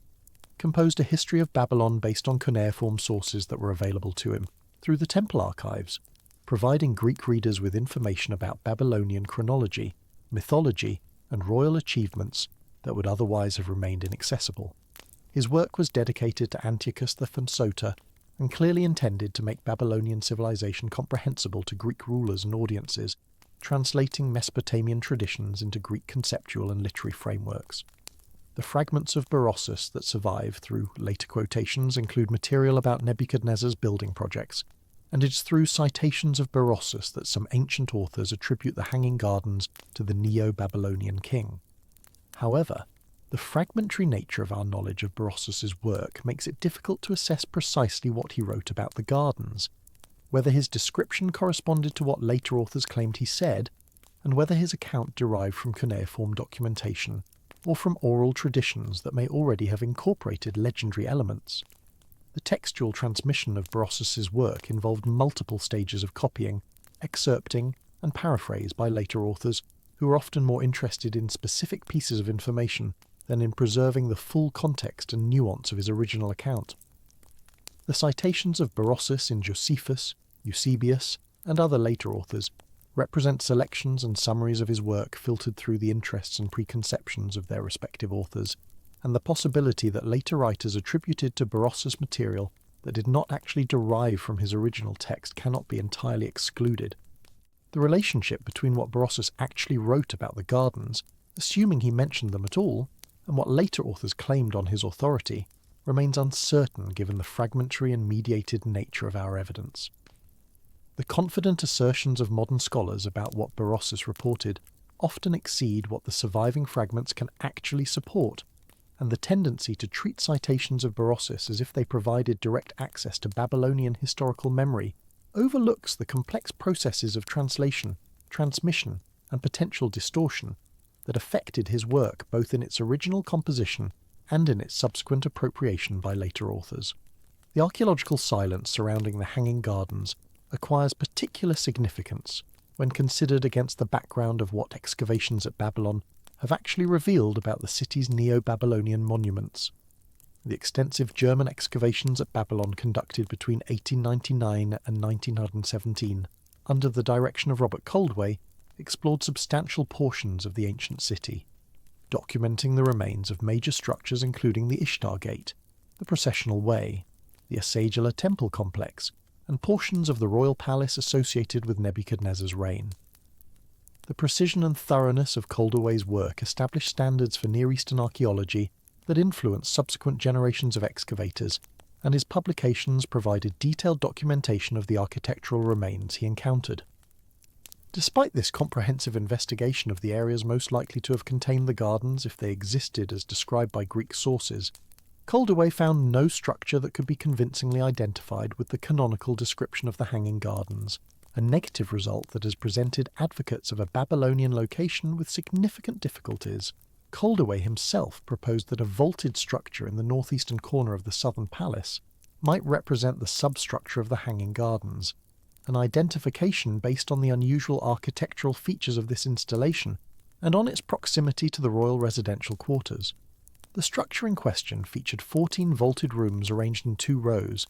with walls of unusual thickness and architectural refinements that distinguished it from other palace installations. Coldway noted that this structure was the only location within the palace that would have been capable of supporting the weight of elevated gardens with their associated soil and irrigation water, and he interpreted the unusually massive construction as evidence of special load-bearing requirements consistent with a garden installation. However, subsequent scholarship has generally rejected Coldaway's identification, proposing instead that the vaulted structure served as a storage facility or administrative installation, rather than as the foundation for elevated gardens. The discovery of cuneiform tablets in the vicinity of the structure, tablets that recorded distributions of oil and other commodities, supported interpretations of the space as a storage or administrative facility, rather than as a garden foundation. The absence of any water supply or drainage arrangements that could be identified with confidence as irrigation infrastructure further weakened the case for garden identification, and most subsequent archaeologists have treated Coldaway's proposal as an imaginative but ultimately unconvincing attempt to locate a monument that the available evidence could not support. The difficulties of identifying the Hanging Gardens archaeologically derive not merely from the fragmentary state of the evidence, but from fundamental questions about what physical traces such a structure would have left had it existed as described. The organic components of a garden installation, including the plants themselves, the soil in which they grew, and the wooden or metal frameworks that may have supported elevated planting beds, would have left minimal archaeological traces even under ideal preservation conditions, and the absence of such traces cannot be taken as definitive evidence that no garden existed. The irrigation systems that Greek sources describe with such wonder may have involved mechanisms and materials that left no durable remains, particularly if the gardens fell into disuse and decay during the centuries between the fall of the Neo-Babylonian dynasty and the arrival of Greek observers. The argument from archaeological silence must contend with the inherent limitations of archaeological visibility for certain categories of ancient construction, limitations that affect garden installations more severely than monumental stone or brick structures. Advocates of a Babylonian location for the gardens have invoked these limitations to explain why excavations have failed to reveal definitive evidence of the famous structure, arguing that absence of evidence should not be confused with evidence of absence in contexts where the expected evidence would not survive under any circumstances. The counter-argument to this position emphasizes that Greek descriptions of the gardens describe not merely ephemeral plantings, but substantial masonry infrastructure including terraces, retaining walls, columns, and vaulted substructures that should have left identifiable archaeological remains if they existed on the scale described. The terraced design attributed to the gardens by sources like Diodorus would have required massive construction to support the weight of soil and water at elevated levels, and such construction would normally leave detectable traces in the archaeological record. The absence of any architectural remains that correspond to the Greek descriptions, despite extensive excavation of the palace areas where the gardens should have been located, presents a genuine problem for advocates of a Babylonian identification that cannot be entirely resolved by appealing to the limitations of archaeological preservation. The most straightforward explanation of the archaeological evidence, or rather the lack thereof, remains that no structure corresponding to the canonical description of the Hanging Gardens existed at Babylon during the periods for which excavation evidence is available, a conclusion that, while negative, carries substantial evidential weight given the extent and quality of the archaeological investigation. The hypothesis that the Hanging Gardens were located not at Babylon but at the Assyrian capital of Nineveh represents a significant alternative to the traditional identification that has gained increasing scholarly attention in recent decades. This proposal, most comprehensively developed by the Assyriologist Stephanie Daly,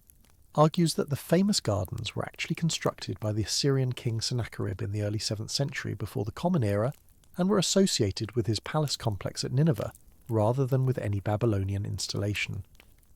The Nineveh hypothesis addresses several of the difficulties that plague the traditional Babylonian identification, while introducing new complications and requiring substantial revision of the canonical account transmitted by Greek sources. The argument proceeds on multiple fronts, combining evidence from Assyrian royal inscriptions with analysis of the ancient confusion between Babylonian and Assyrian traditions, and with archaeological evidence from Nineveh itself that documents elaborate garden and water supply installations at the Assyrian capital.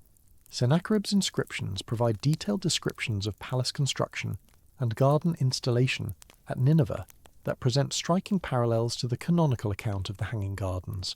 The Assyrian king describes creating elevated gardens near his palace, installing sophisticated irrigation mechanisms to water them, and employing engineering techniques that his inscriptions explicitly identify as novel and remarkable. The language of these inscriptions conveys a sense of technological achievement and royal pride that corresponds to the wonder associated with the Hanging Gardens in Greek sources, and the specific details of Sennacherib's descriptions match elements of the canonical account in ways that seem unlikely to be coincidental. The Assyrian king describes gardens raised to a great height, irrigated by lifting water from lower levels through mechanical means, and planted with trees and vegetation that created an effect of wild mountainous terrain within the urban environment of his capital. The technical vocabulary employed in these inscriptions suggests innovations in hydraulic engineering that were significant enough to warrant detailed commemoration, innovations that Sennacherib explicitly claims as his own achievements rather than as continuations of earlier practice. The archaeological evidence from Nineveh includes remains of extensive water supply systems that could have supported the irrigation requirements described in both Assyrian inscriptions and Greek accounts of the gardens. The system of aqueducts, canals, and water channels that Sennacherib constructed to supply his capital with water from mountain sources has been documented through archaeological survey and excavation, revealing a sophisticated infrastructure for water management that extended over considerable distances and employed engineering techniques of notable sophistication. The Jer-1 aqueduct, located approximately 50 kilometers north of Nineveh, represents one of the best preserved components of this system,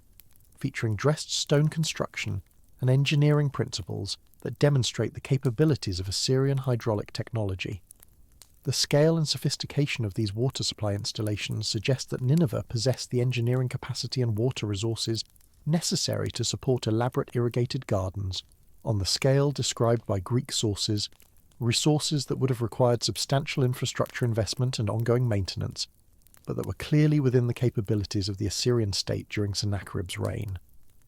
The palatial installations at Nineveh included garden areas that have been identified archaeologically, though the incomplete excavation of the site and the damage inflicted by subsequent occupation and destruction limit what can be confidently concluded about their original form and extent. The palace complex that Sennacherib constructed at Nineveh, described in his inscriptions as the palace without rival, was among the largest and most elaborate royal residences of the ancient world, featuring decorated rooms extending over substantial areas and incorporating gardens and other amenities within its overall design. Relief sculptures from the palace depict garden scenes that show trees, plants and architectural features consistent with elaborate formal gardens, and while these representations cannot be taken as photographic records of actual installations, they demonstrate the importance of gardens within Assyrian royal ideology and suggest the likely presence of substantial garden areas associated with the palace complex. The combination of inscriptional evidence describing elevated irrigated gardens, archaeological evidence of sophisticated water supply systems, and artistic evidence depicting elaborate garden scenes creates a circumstantial case for locating the famous gardens at Nineveh, rather than at Babylon, a case that addresses many of the difficulties presented by the traditional identification while requiring fundamental revision of the Greek literary tradition. The question of how gardens located at Nineveh came to be associated in Greek tradition with Babylon involves complex issues of cultural memory, geographical confusion, and the processes by which information about Eastern civilizations was transmitted to Mediterranean audiences. Daly and other advocates of the Nineveh hypothesis have proposed that ancient authors confused the two cities, a confusion facilitated by the fact that Nineveh had been destroyed in 612 before the Common Era and had largely disappeared from view by the time Greek observers encountered the Mesopotamian world, while Babylon remained a functioning city that continued to be associated with the marvels of Eastern civilization. The attribution of Assyrian achievements to Babylon could have occurred through several mechanisms, including geographical confusion among Greek authors unfamiliar with Mesopotamian geography, deliberate appropriation of Assyrian accomplishments by Babylonian sources, or simple conflation of the two greatest Mesopotamian civilizations into a single undifferentiated image of Eastern splendor. The legendary queen Semiramis, associated with both Assyria and Babylon in Greek tradition, and credited with numerous accomplishments that span the history of both civilizations, may represent a condensation of multiple historical figures and legendary traditions that facilitated the transfer of Assyrian achievements to Babylonian contexts. The chronological gap between Sennacherib's reign in the early 7th century before the Common Era and the Greek accounts that describe the gardens presents additional complications for the Nineveh hypothesis that require explanation. The destruction of Nineveh by Babylonian and Median forces in 612 before the Common Era ended Assyrian political power and began a process of urban decay and abandonment that would have affected the maintenance and preservation of any garden installations associated with the Assyrian palace complex. Gardens require ongoing care and irrigation to survive, and the cessation of the water supply systems and maintenance regimes that had supported Sennacherib's installations would have led to the rapid deterioration and eventual disappearance of the gardens themselves, long before Greek observers might have visited the site. The hypothesis thus proposes that Greek knowledge of the gardens derived not from direct observation, but from literary or oral traditions that preserved memory of the Assyrian installations and transferred that memory to the more familiar location of Babylon. This explanation has merit, but requires accepting that the Greek accounts of the gardens as existing wonders observable in their own time, accounts that describe the structures in vivid present-tense detail, were either fictions based on traditional descriptions or imaginative reconstructions of installations that no living observer had actually seen. The transmission of information about the gardens from Assyrian to Greek contexts would have involved multiple stages of cultural translation and potential distortion, stages that complicate assessment of the relationship between the original installations and the canonical descriptions. If Babylonian scholarly or literary traditions preserved memory of the Assyrian gardens, Whether accurately or in modified form, this information could have reached Greek audiences through channels like Berossus, without the Greeks necessarily understanding that the gardens described were located at a different city than the one currently called Babylon. The ancient Mesopotamian cities were known by multiple names in different languages and periods, and the possibilities for geographical confusion or deliberate substitution were substantial, even among relatively well-informed observers. The Greek tendency to associate all Mesopotamian marvels with Babylon, the city that remained most prominent in their geographical imagination, could have facilitated the transfer of traditions originally associated with other locations, creating a composite image of Babylonian splendour that incorporated achievements from throughout Mesopotamian history and geography. The debate between advocates of the Babylon and Nineveh hypotheses continues to engage specialists in both Assyrian and Babylonian studies, with neither position commanding universal assent among scholars familiar with the relevant evidence. The Nineveh hypothesis has gained substantial support among Assyriologists impressed by the correspondence between Sennacherib's inscriptions and the canonical account of the gardens, while scholars more sceptical of this identification have raised objections concerning the mechanisms of transmission and the reliability of the circumstantial case for locating the gardens at a city other than the one consistently named in ancient sources. The possibility that both proposals are partially correct, that garden traditions from multiple Mesopotamian contexts contributed to the canonical image of the Hanging Gardens, cannot be excluded given the complex processes of cultural synthesis and literary elaboration that characterized ancient accounts of Eastern marvels. The evaluation of competing hypotheses concerning the location and historical reality of the Hanging Gardens requires consideration of the broader methodological challenges that affect all attempts to reconstruct ancient Mesopotamian history from fragmentary and often contradictory evidence. The fundamental problem confronting scholars who investigate the gardens is not simply the absence of direct archaeological or textual confirmation for any particular hypothesis, but the more general difficulty of integrating multiple categories of evidence that derive from different cultural contexts, employ different modes of representation, and reflect different purposes and audiences. The Greek accounts that constitute the primary literary evidence for the gardens were produced within a tradition of ethnographic and historical writing that approached Mesopotamian civilization with assumptions and interests quite different from those that shaped native Mesopotamian documentation, and the relationship between Greek descriptions of Eastern marvels and the historical realities those descriptions purported to represent remains contested among scholars who study ancient Mediterranean Near Eastern cultural interactions. The Mesopotamian textual evidence, while more directly connected to the institutions and practices it describes, presents its own interpretive challenges arising from the conventional and formulaic nature of royal inscriptions, the fragmentary preservation of the textual corpus, and the difficulties of correlating textual descriptions with specific archaeological remains. Archaeological evidence, though in principle the most direct form of testimony concerning physical structures, requires interpretation through frameworks that themselves depend on assumptions about ancient building practices, environmental conditions, and the relationship between visible remains and original constructions. The integration of these diverse categories of evidence into coherent historical reconstructions demands methodological sophistication and acknowledgement of the uncertainties that affect each type of testimony. The chronological dimension of the gardens problem introduces additional complexity that affects assessment of all proposed solutions. The earliest surviving literary accounts of the gardens date from the Hellenistic period, several centuries after the periods during which the gardens supposedly flourished, and the relationship between these accounts and whatever earlier sources they drew upon remains uncertain.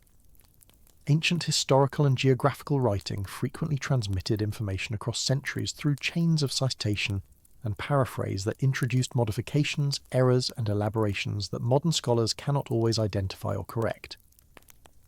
The possibility that the canonical account of the Hanging Gardens represents the end product of a lengthy process of literary development, during which traditions from multiple sources were combined, embellished, and transformed, complicates attempts to connect the finished account with specific historical contexts or physical installations. Ancient authors were not always careful to distinguish between personal observation, reliable contemporary testimony, and traditional accounts of uncertain provenance, and the confident descriptive language employed in accounts of the gardens does not necessarily indicate direct knowledge of the structures described. The literary conventions of ancient wonder catalogues and descriptions of Eastern marvels encouraged vivid circumstantial detail that might derive from imagination as readily as from observation, and the criteria for evaluating the evidentiary value of such descriptions remain contested among scholars who study ancient ethnographic and geographical literature. The question of whether any surviving account of the Hanging Gardens preserves information deriving ultimately from direct observation of actual structures rather than from purely literary elaboration of traditional themes cannot be answered with confidence given the current state of evidence. The physical requirements for constructing and maintaining elevated gardens of the type described in ancient accounts provide another avenue for evaluating the historical plausibility of the various hypotheses that have been proposed concerning the gardens. Modern engineering analysis of the technical challenges involved in creating terraced garden installations in ancient Mesopotamia has illuminated both the possibilities and the limitations of ancient construction and hydraulic technology, offering frameworks for assessing which proposed locations and time periods could plausibly have supported the structures described. The fundamental challenge of supplying water to elevated planting surfaces in sufficient quantities to support extensive vegetation required either sophisticated mechanical lifting devices or topographical conditions that allowed gravity-fed irrigation from higher elevations. The flat terrain surrounding Babylon presented significant obstacles to gravity-fed irrigation systems of the type employed in hillside locations, making the Babylonian hypothesis dependent on the availability and effectiveness of mechanical water lifting technology during the periods when the gardens supposedly existed. Evidence for various types of water lifting devices in ancient Mesopotamia, including the shaduf, the water wheel, and the Archimedes screw or related mechanisms, suggests that the technical capability for raising water to elevated gardens existed in principle, though the scale and reliability of such systems for supporting extensive plantings remains debated among historians of ancient technology. The Nineveh hypothesis benefits from the topographical conditions at that site, where the proximity of hills and the availability of higher water sources allowed for gravity-fed aqueduct systems that could supply elevated installations without dependence on mechanical lifting, though the engineering challenges of constructing and maintaining such systems were themselves substantial. The waterproofing requirements for elevated gardens present additional technical considerations that affect assessment of the various hypotheses.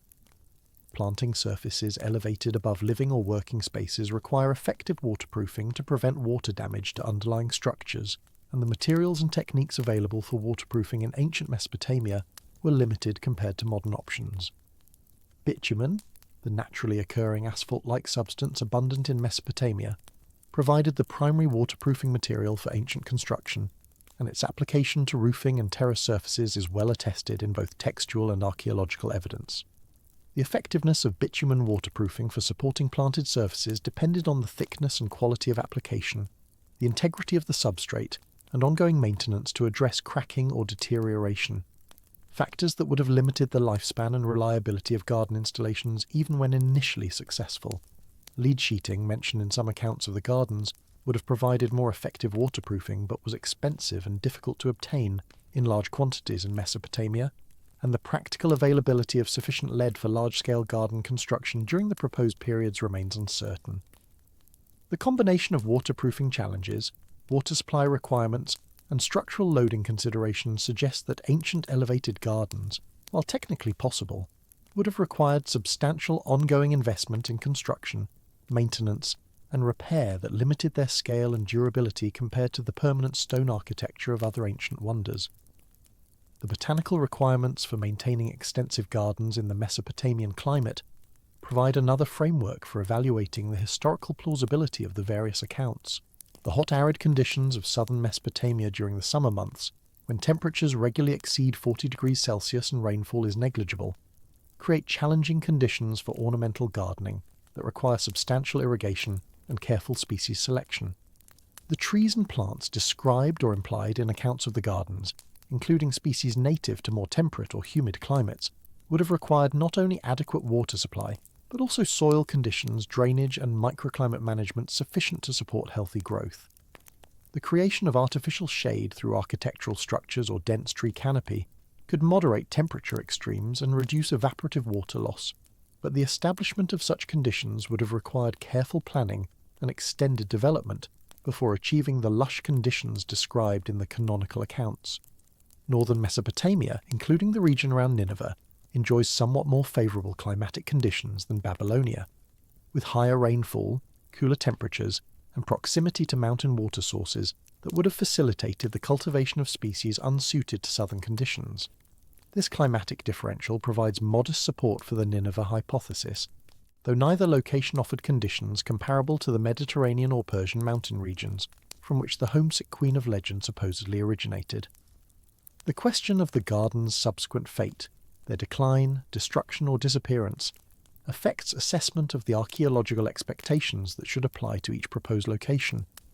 If the gardens existed at Babylon during the Neo-Babylonian period and survived into the era of Greek contact with the city, some trace of their physical remains, or some mention in native documentation might reasonably be expected, though the absence of such evidence does not conclusively disprove their existence, given the limitations of the preserved record. The progressive decline of Babylon following the Seleucid foundation of new administrative centres, the deterioration of the irrigation systems that supported the entire agricultural region, and the eventual abandonment of much of the ancient city could account for the disappearance of garden installations that required ongoing maintenance to survive. If the gardens existed at Nineveh during the Assyrian period, their destruction or deterioration following the city's conquest in 612, before the Common Era, would explain the absence of surviving physical remains, though the problem of how accurate information about installations destroyed centuries earlier reached Greek sources remains to be explained. The hypothesis that the gardens were a purely literary creation, whether deliberate fiction or imaginative reconstruction based on general knowledge of Mesopotamian garden traditions, avoids the archaeological expectations that complicate other proposals, but raises its own questions about the origins and persistence of the tradition.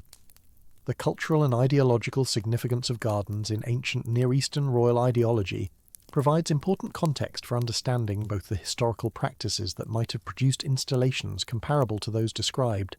and the literary traditions that shaped their representation. Royal gardens throughout the ancient Near East served functions that extended far beyond simple aesthetic pleasure or practical agriculture, encompassing religious symbolism, political display, and cosmic representation that invested garden creation with profound ideological significance.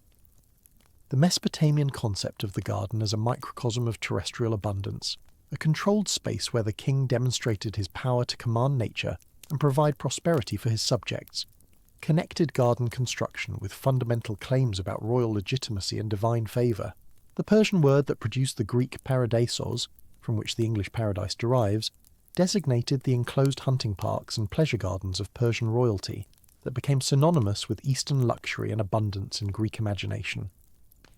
This rich symbolic tradition meant that accounts of royal gardens carried meanings beyond simple description of physical installations, serving rhetorical and ideological purposes that shaped their representation in ways that do not necessarily correspond to physical reality.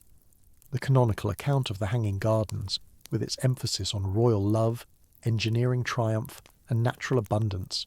participates in this broader tradition of garden symbolism while incorporating specific elements that distinguish it from more generic garden descriptions.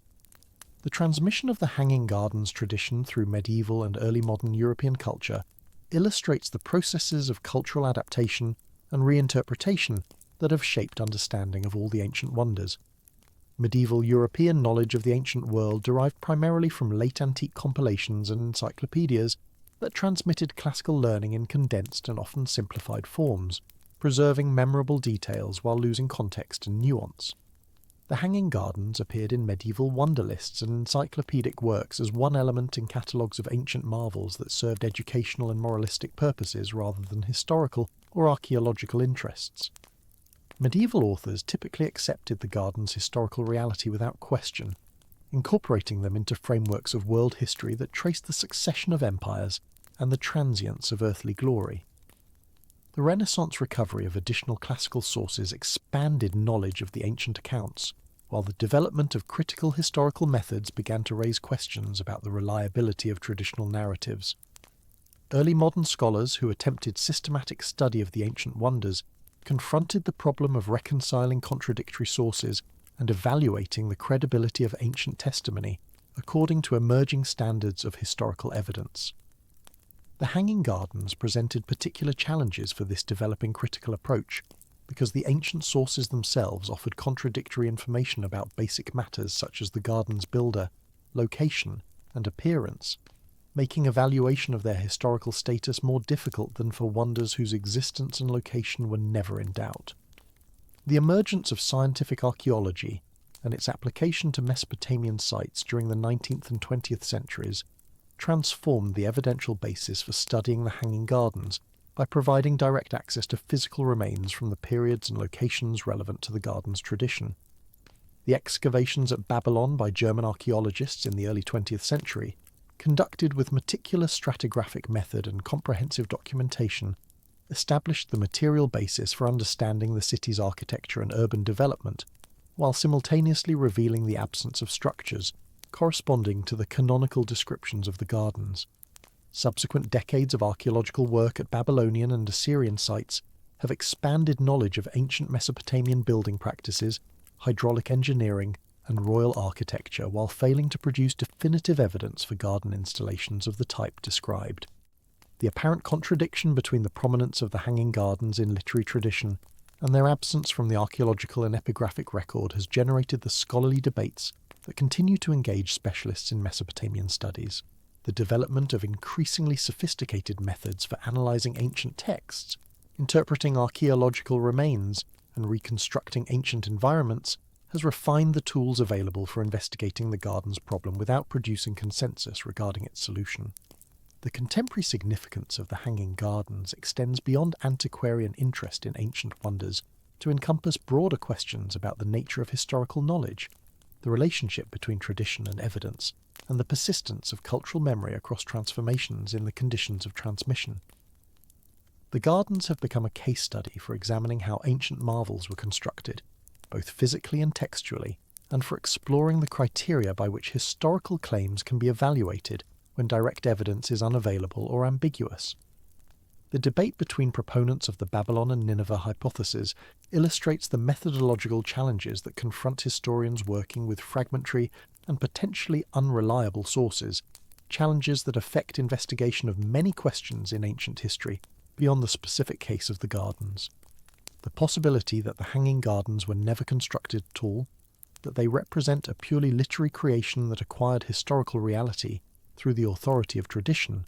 raises questions about the distinction between historical fact and cultural construction that resonate with contemporary theoretical debates about the nature of historical knowledge. The gardens thus serve as a productive site for reflection on the methods and limitations of historical investigation, whatever conclusions may eventually be reached about their actual existence and location. The environmental and ecological dimensions of the Hanging Gardens have attracted increasing attention from scholars interested in ancient relationships between human societies and their natural environments. The conception of the gardens as an artificial ecosystem, a constructed environment that brought together plant species from diverse origins and maintained them through technological intervention, anticipates modern concerns with biodiversity, environmental manipulation, and the sustainability of human modifications to natural systems. The labour and resource requirements for constructing and maintaining elevated gardens of the type described would have been substantial, requiring sustained commitment of royal resources that could only be justified by correspondingly significant ideological or practical returns. The investment in beauty, luxury, and environmental manipulation represented by the gardens reflects ancient understandings of the proper relationship between royal power and natural order that differ significantly from modern environmental values, while addressing some of the same fundamental questions about human capacity to shape the natural world. Contemporary interest in sustainable urban design, green architecture, and urban agriculture has generated renewed attention to ancient examples of urban greening and environmental engineering, including the Hanging Gardens, though the uncertain status of the gardens complicates their use as historical precedent. The artistic and architectural reception of the Hanging Gardens across 2 millennia of Western culture testifies to the power of the image they project, independent of questions about their historical reality. Visual representations of the gardens, from Roman paintings through medieval manuscript illuminations to Renaissance and Baroque reconstructions, have created an iconographic tradition that shapes popular understanding of both the gardens themselves and ancient Mesopotamian civilization more broadly. These visual traditions typically emphasize the vertical dimension of the gardens, depicting stepped or terrace structures supporting lush vegetation that cascades downward in picturesque abundance, an image that corresponds to interpretations of the chromastos terminology, while potentially misrepresenting the actual appearance of any historical installations. The absence of authentic visual documentation from antiquity has allowed successive generations of artists to project contemporary aesthetic preferences onto the ancient wonder, creating representations that reveal more about the cultural context of their production than about the gardens themselves. This history of visual interpretation illustrates the processes by which ancient wonders have been continuously recreated in imagination, their meanings adapted to serve the purposes of successive cultural moments, while remaining connected to traditions extending back to classical antiquity. The transformation of the Hanging Gardens from ancient wonder to modern scholarly problem has thus generated its own substantial legacy, a secondary tradition of investigation and interpretation that now accompanies, and in some ways overshadows, the primary tradition of ancient testimony. The gardens that Philo of Byzantium celebrated as surpassing all other wonders in their combination of engineering prowess and aesthetic achievement have become equally remarkable as a challenge to the methods and assumptions of historical scholarship, their continued resistance to definitive explanation serving as a reminder of the limitations that constrain understanding of the ancient past even when substantial textual evidence survives. Whether future archaeological discoveries will eventually resolve the questions that currently divide scholars remains uncertain, though the ongoing excavation and reinterpretation of Mesopotamian sites continues to produce new evidence that may bear on the gardens problem in unexpected ways. The recovery of additional cuneiform texts, the application of new technologies for remote sensing and environmental reconstruction, and the continued refinement of chronological frameworks for the ancient Near East all hold potential for advancing understanding of the historical context within which any actual gardens would have been constructed. The possibility that decisive evidence lies buried beneath modern cities, flooded by reservoir construction, or destroyed by recent conflicts in the region adds urgency to preservation efforts, while acknowledging that some questions about the ancient past may never receive satisfactory answers. The fate of the Hanging Gardens, as a question that may ultimately prove unanswerable, connects their story to broader reflections on the nature of historical knowledge and the processes by which understanding of the past is constructed from fragmentary and imperfect evidence. The classical lists of 7 wonders served as educational and rhetorical devices that organized knowledge of remarkable human achievements for ancient audiences, creating a canon of marvels that would shape Western imagination for millennia, while preserving information, however garbled or incomplete, about constructions that might otherwise have been forgotten entirely.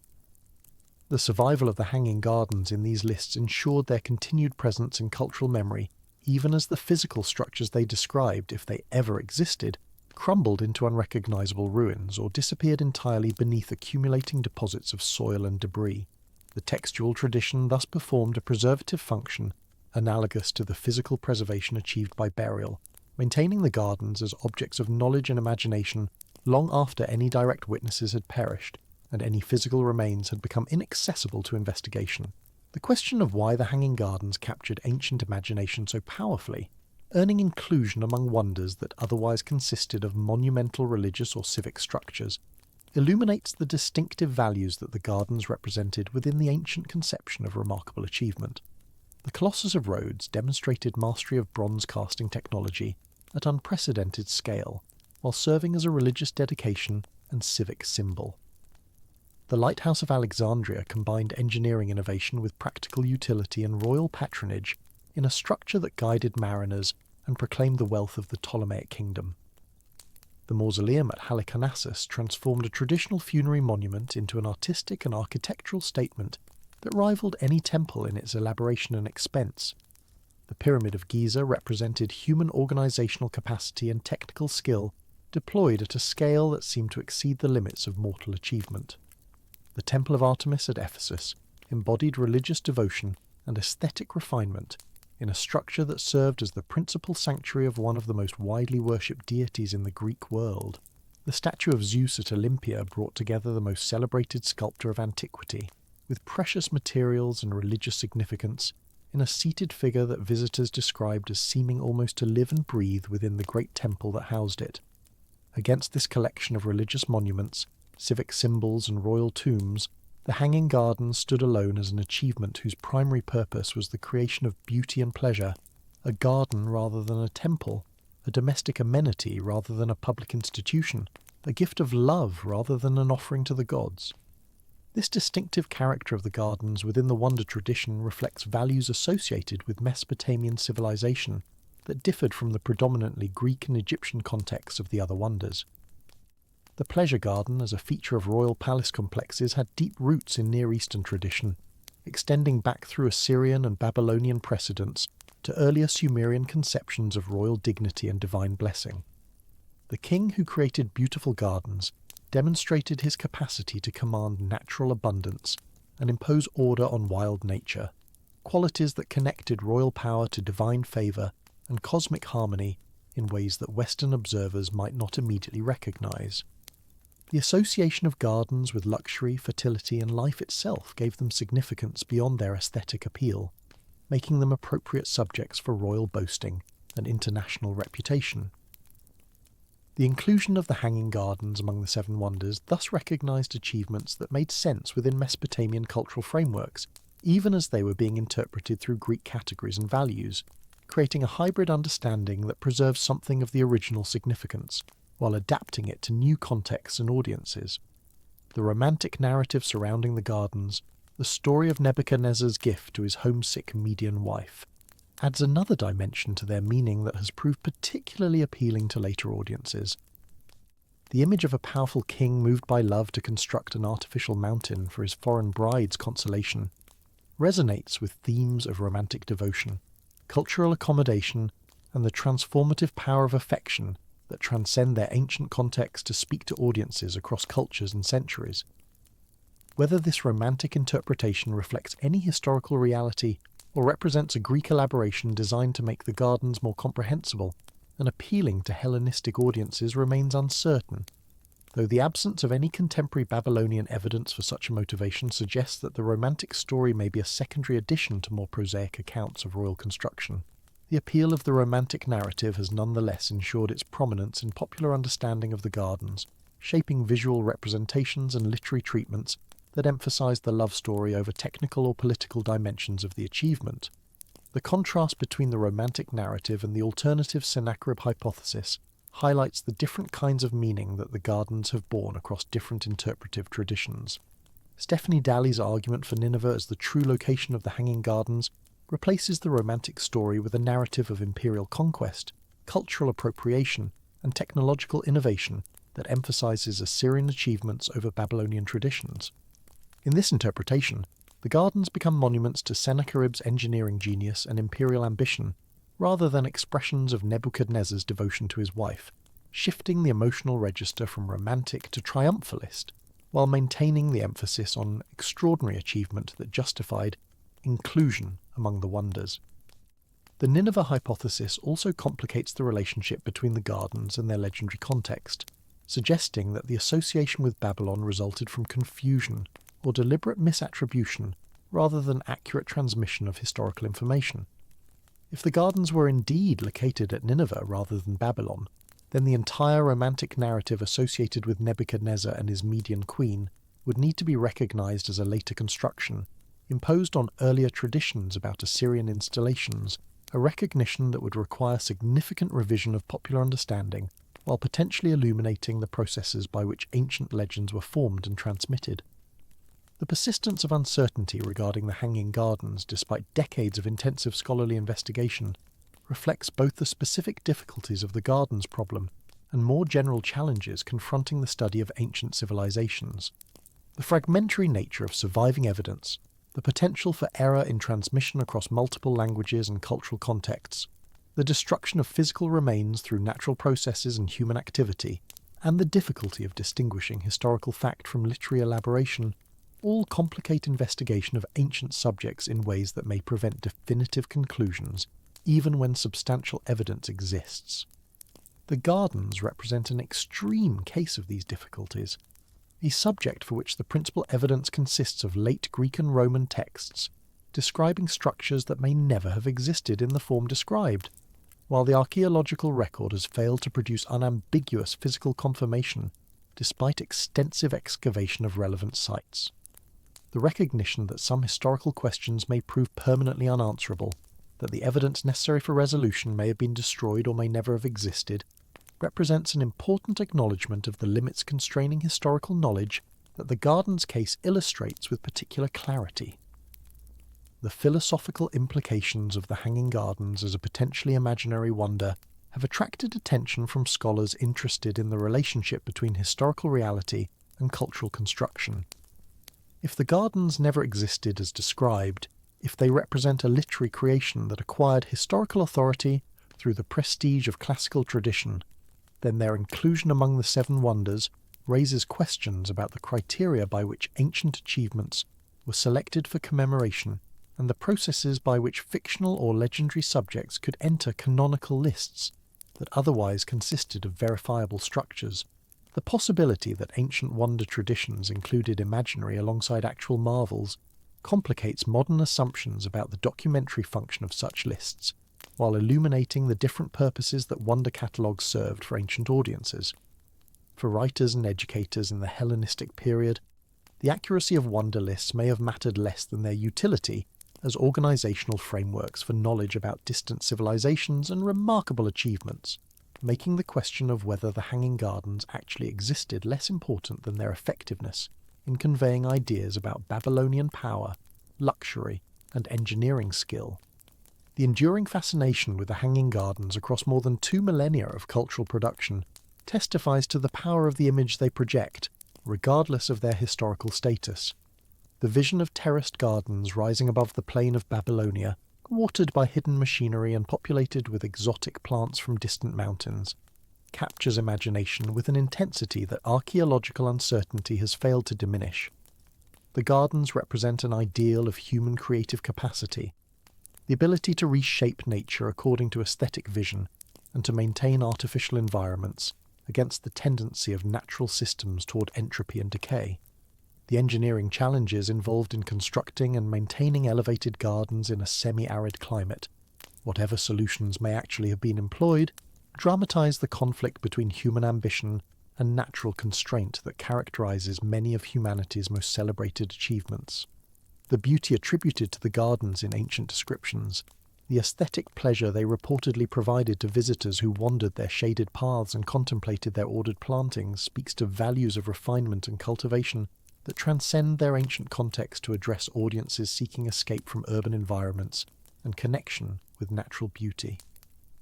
The loss of the Hanging Gardens, whether through physical destruction if they once existed, or through the recognition that they may never have been constructed, connects their story to broader themes of impermanence and the fragility of human achievement that pervade reflection on ancient civilizations.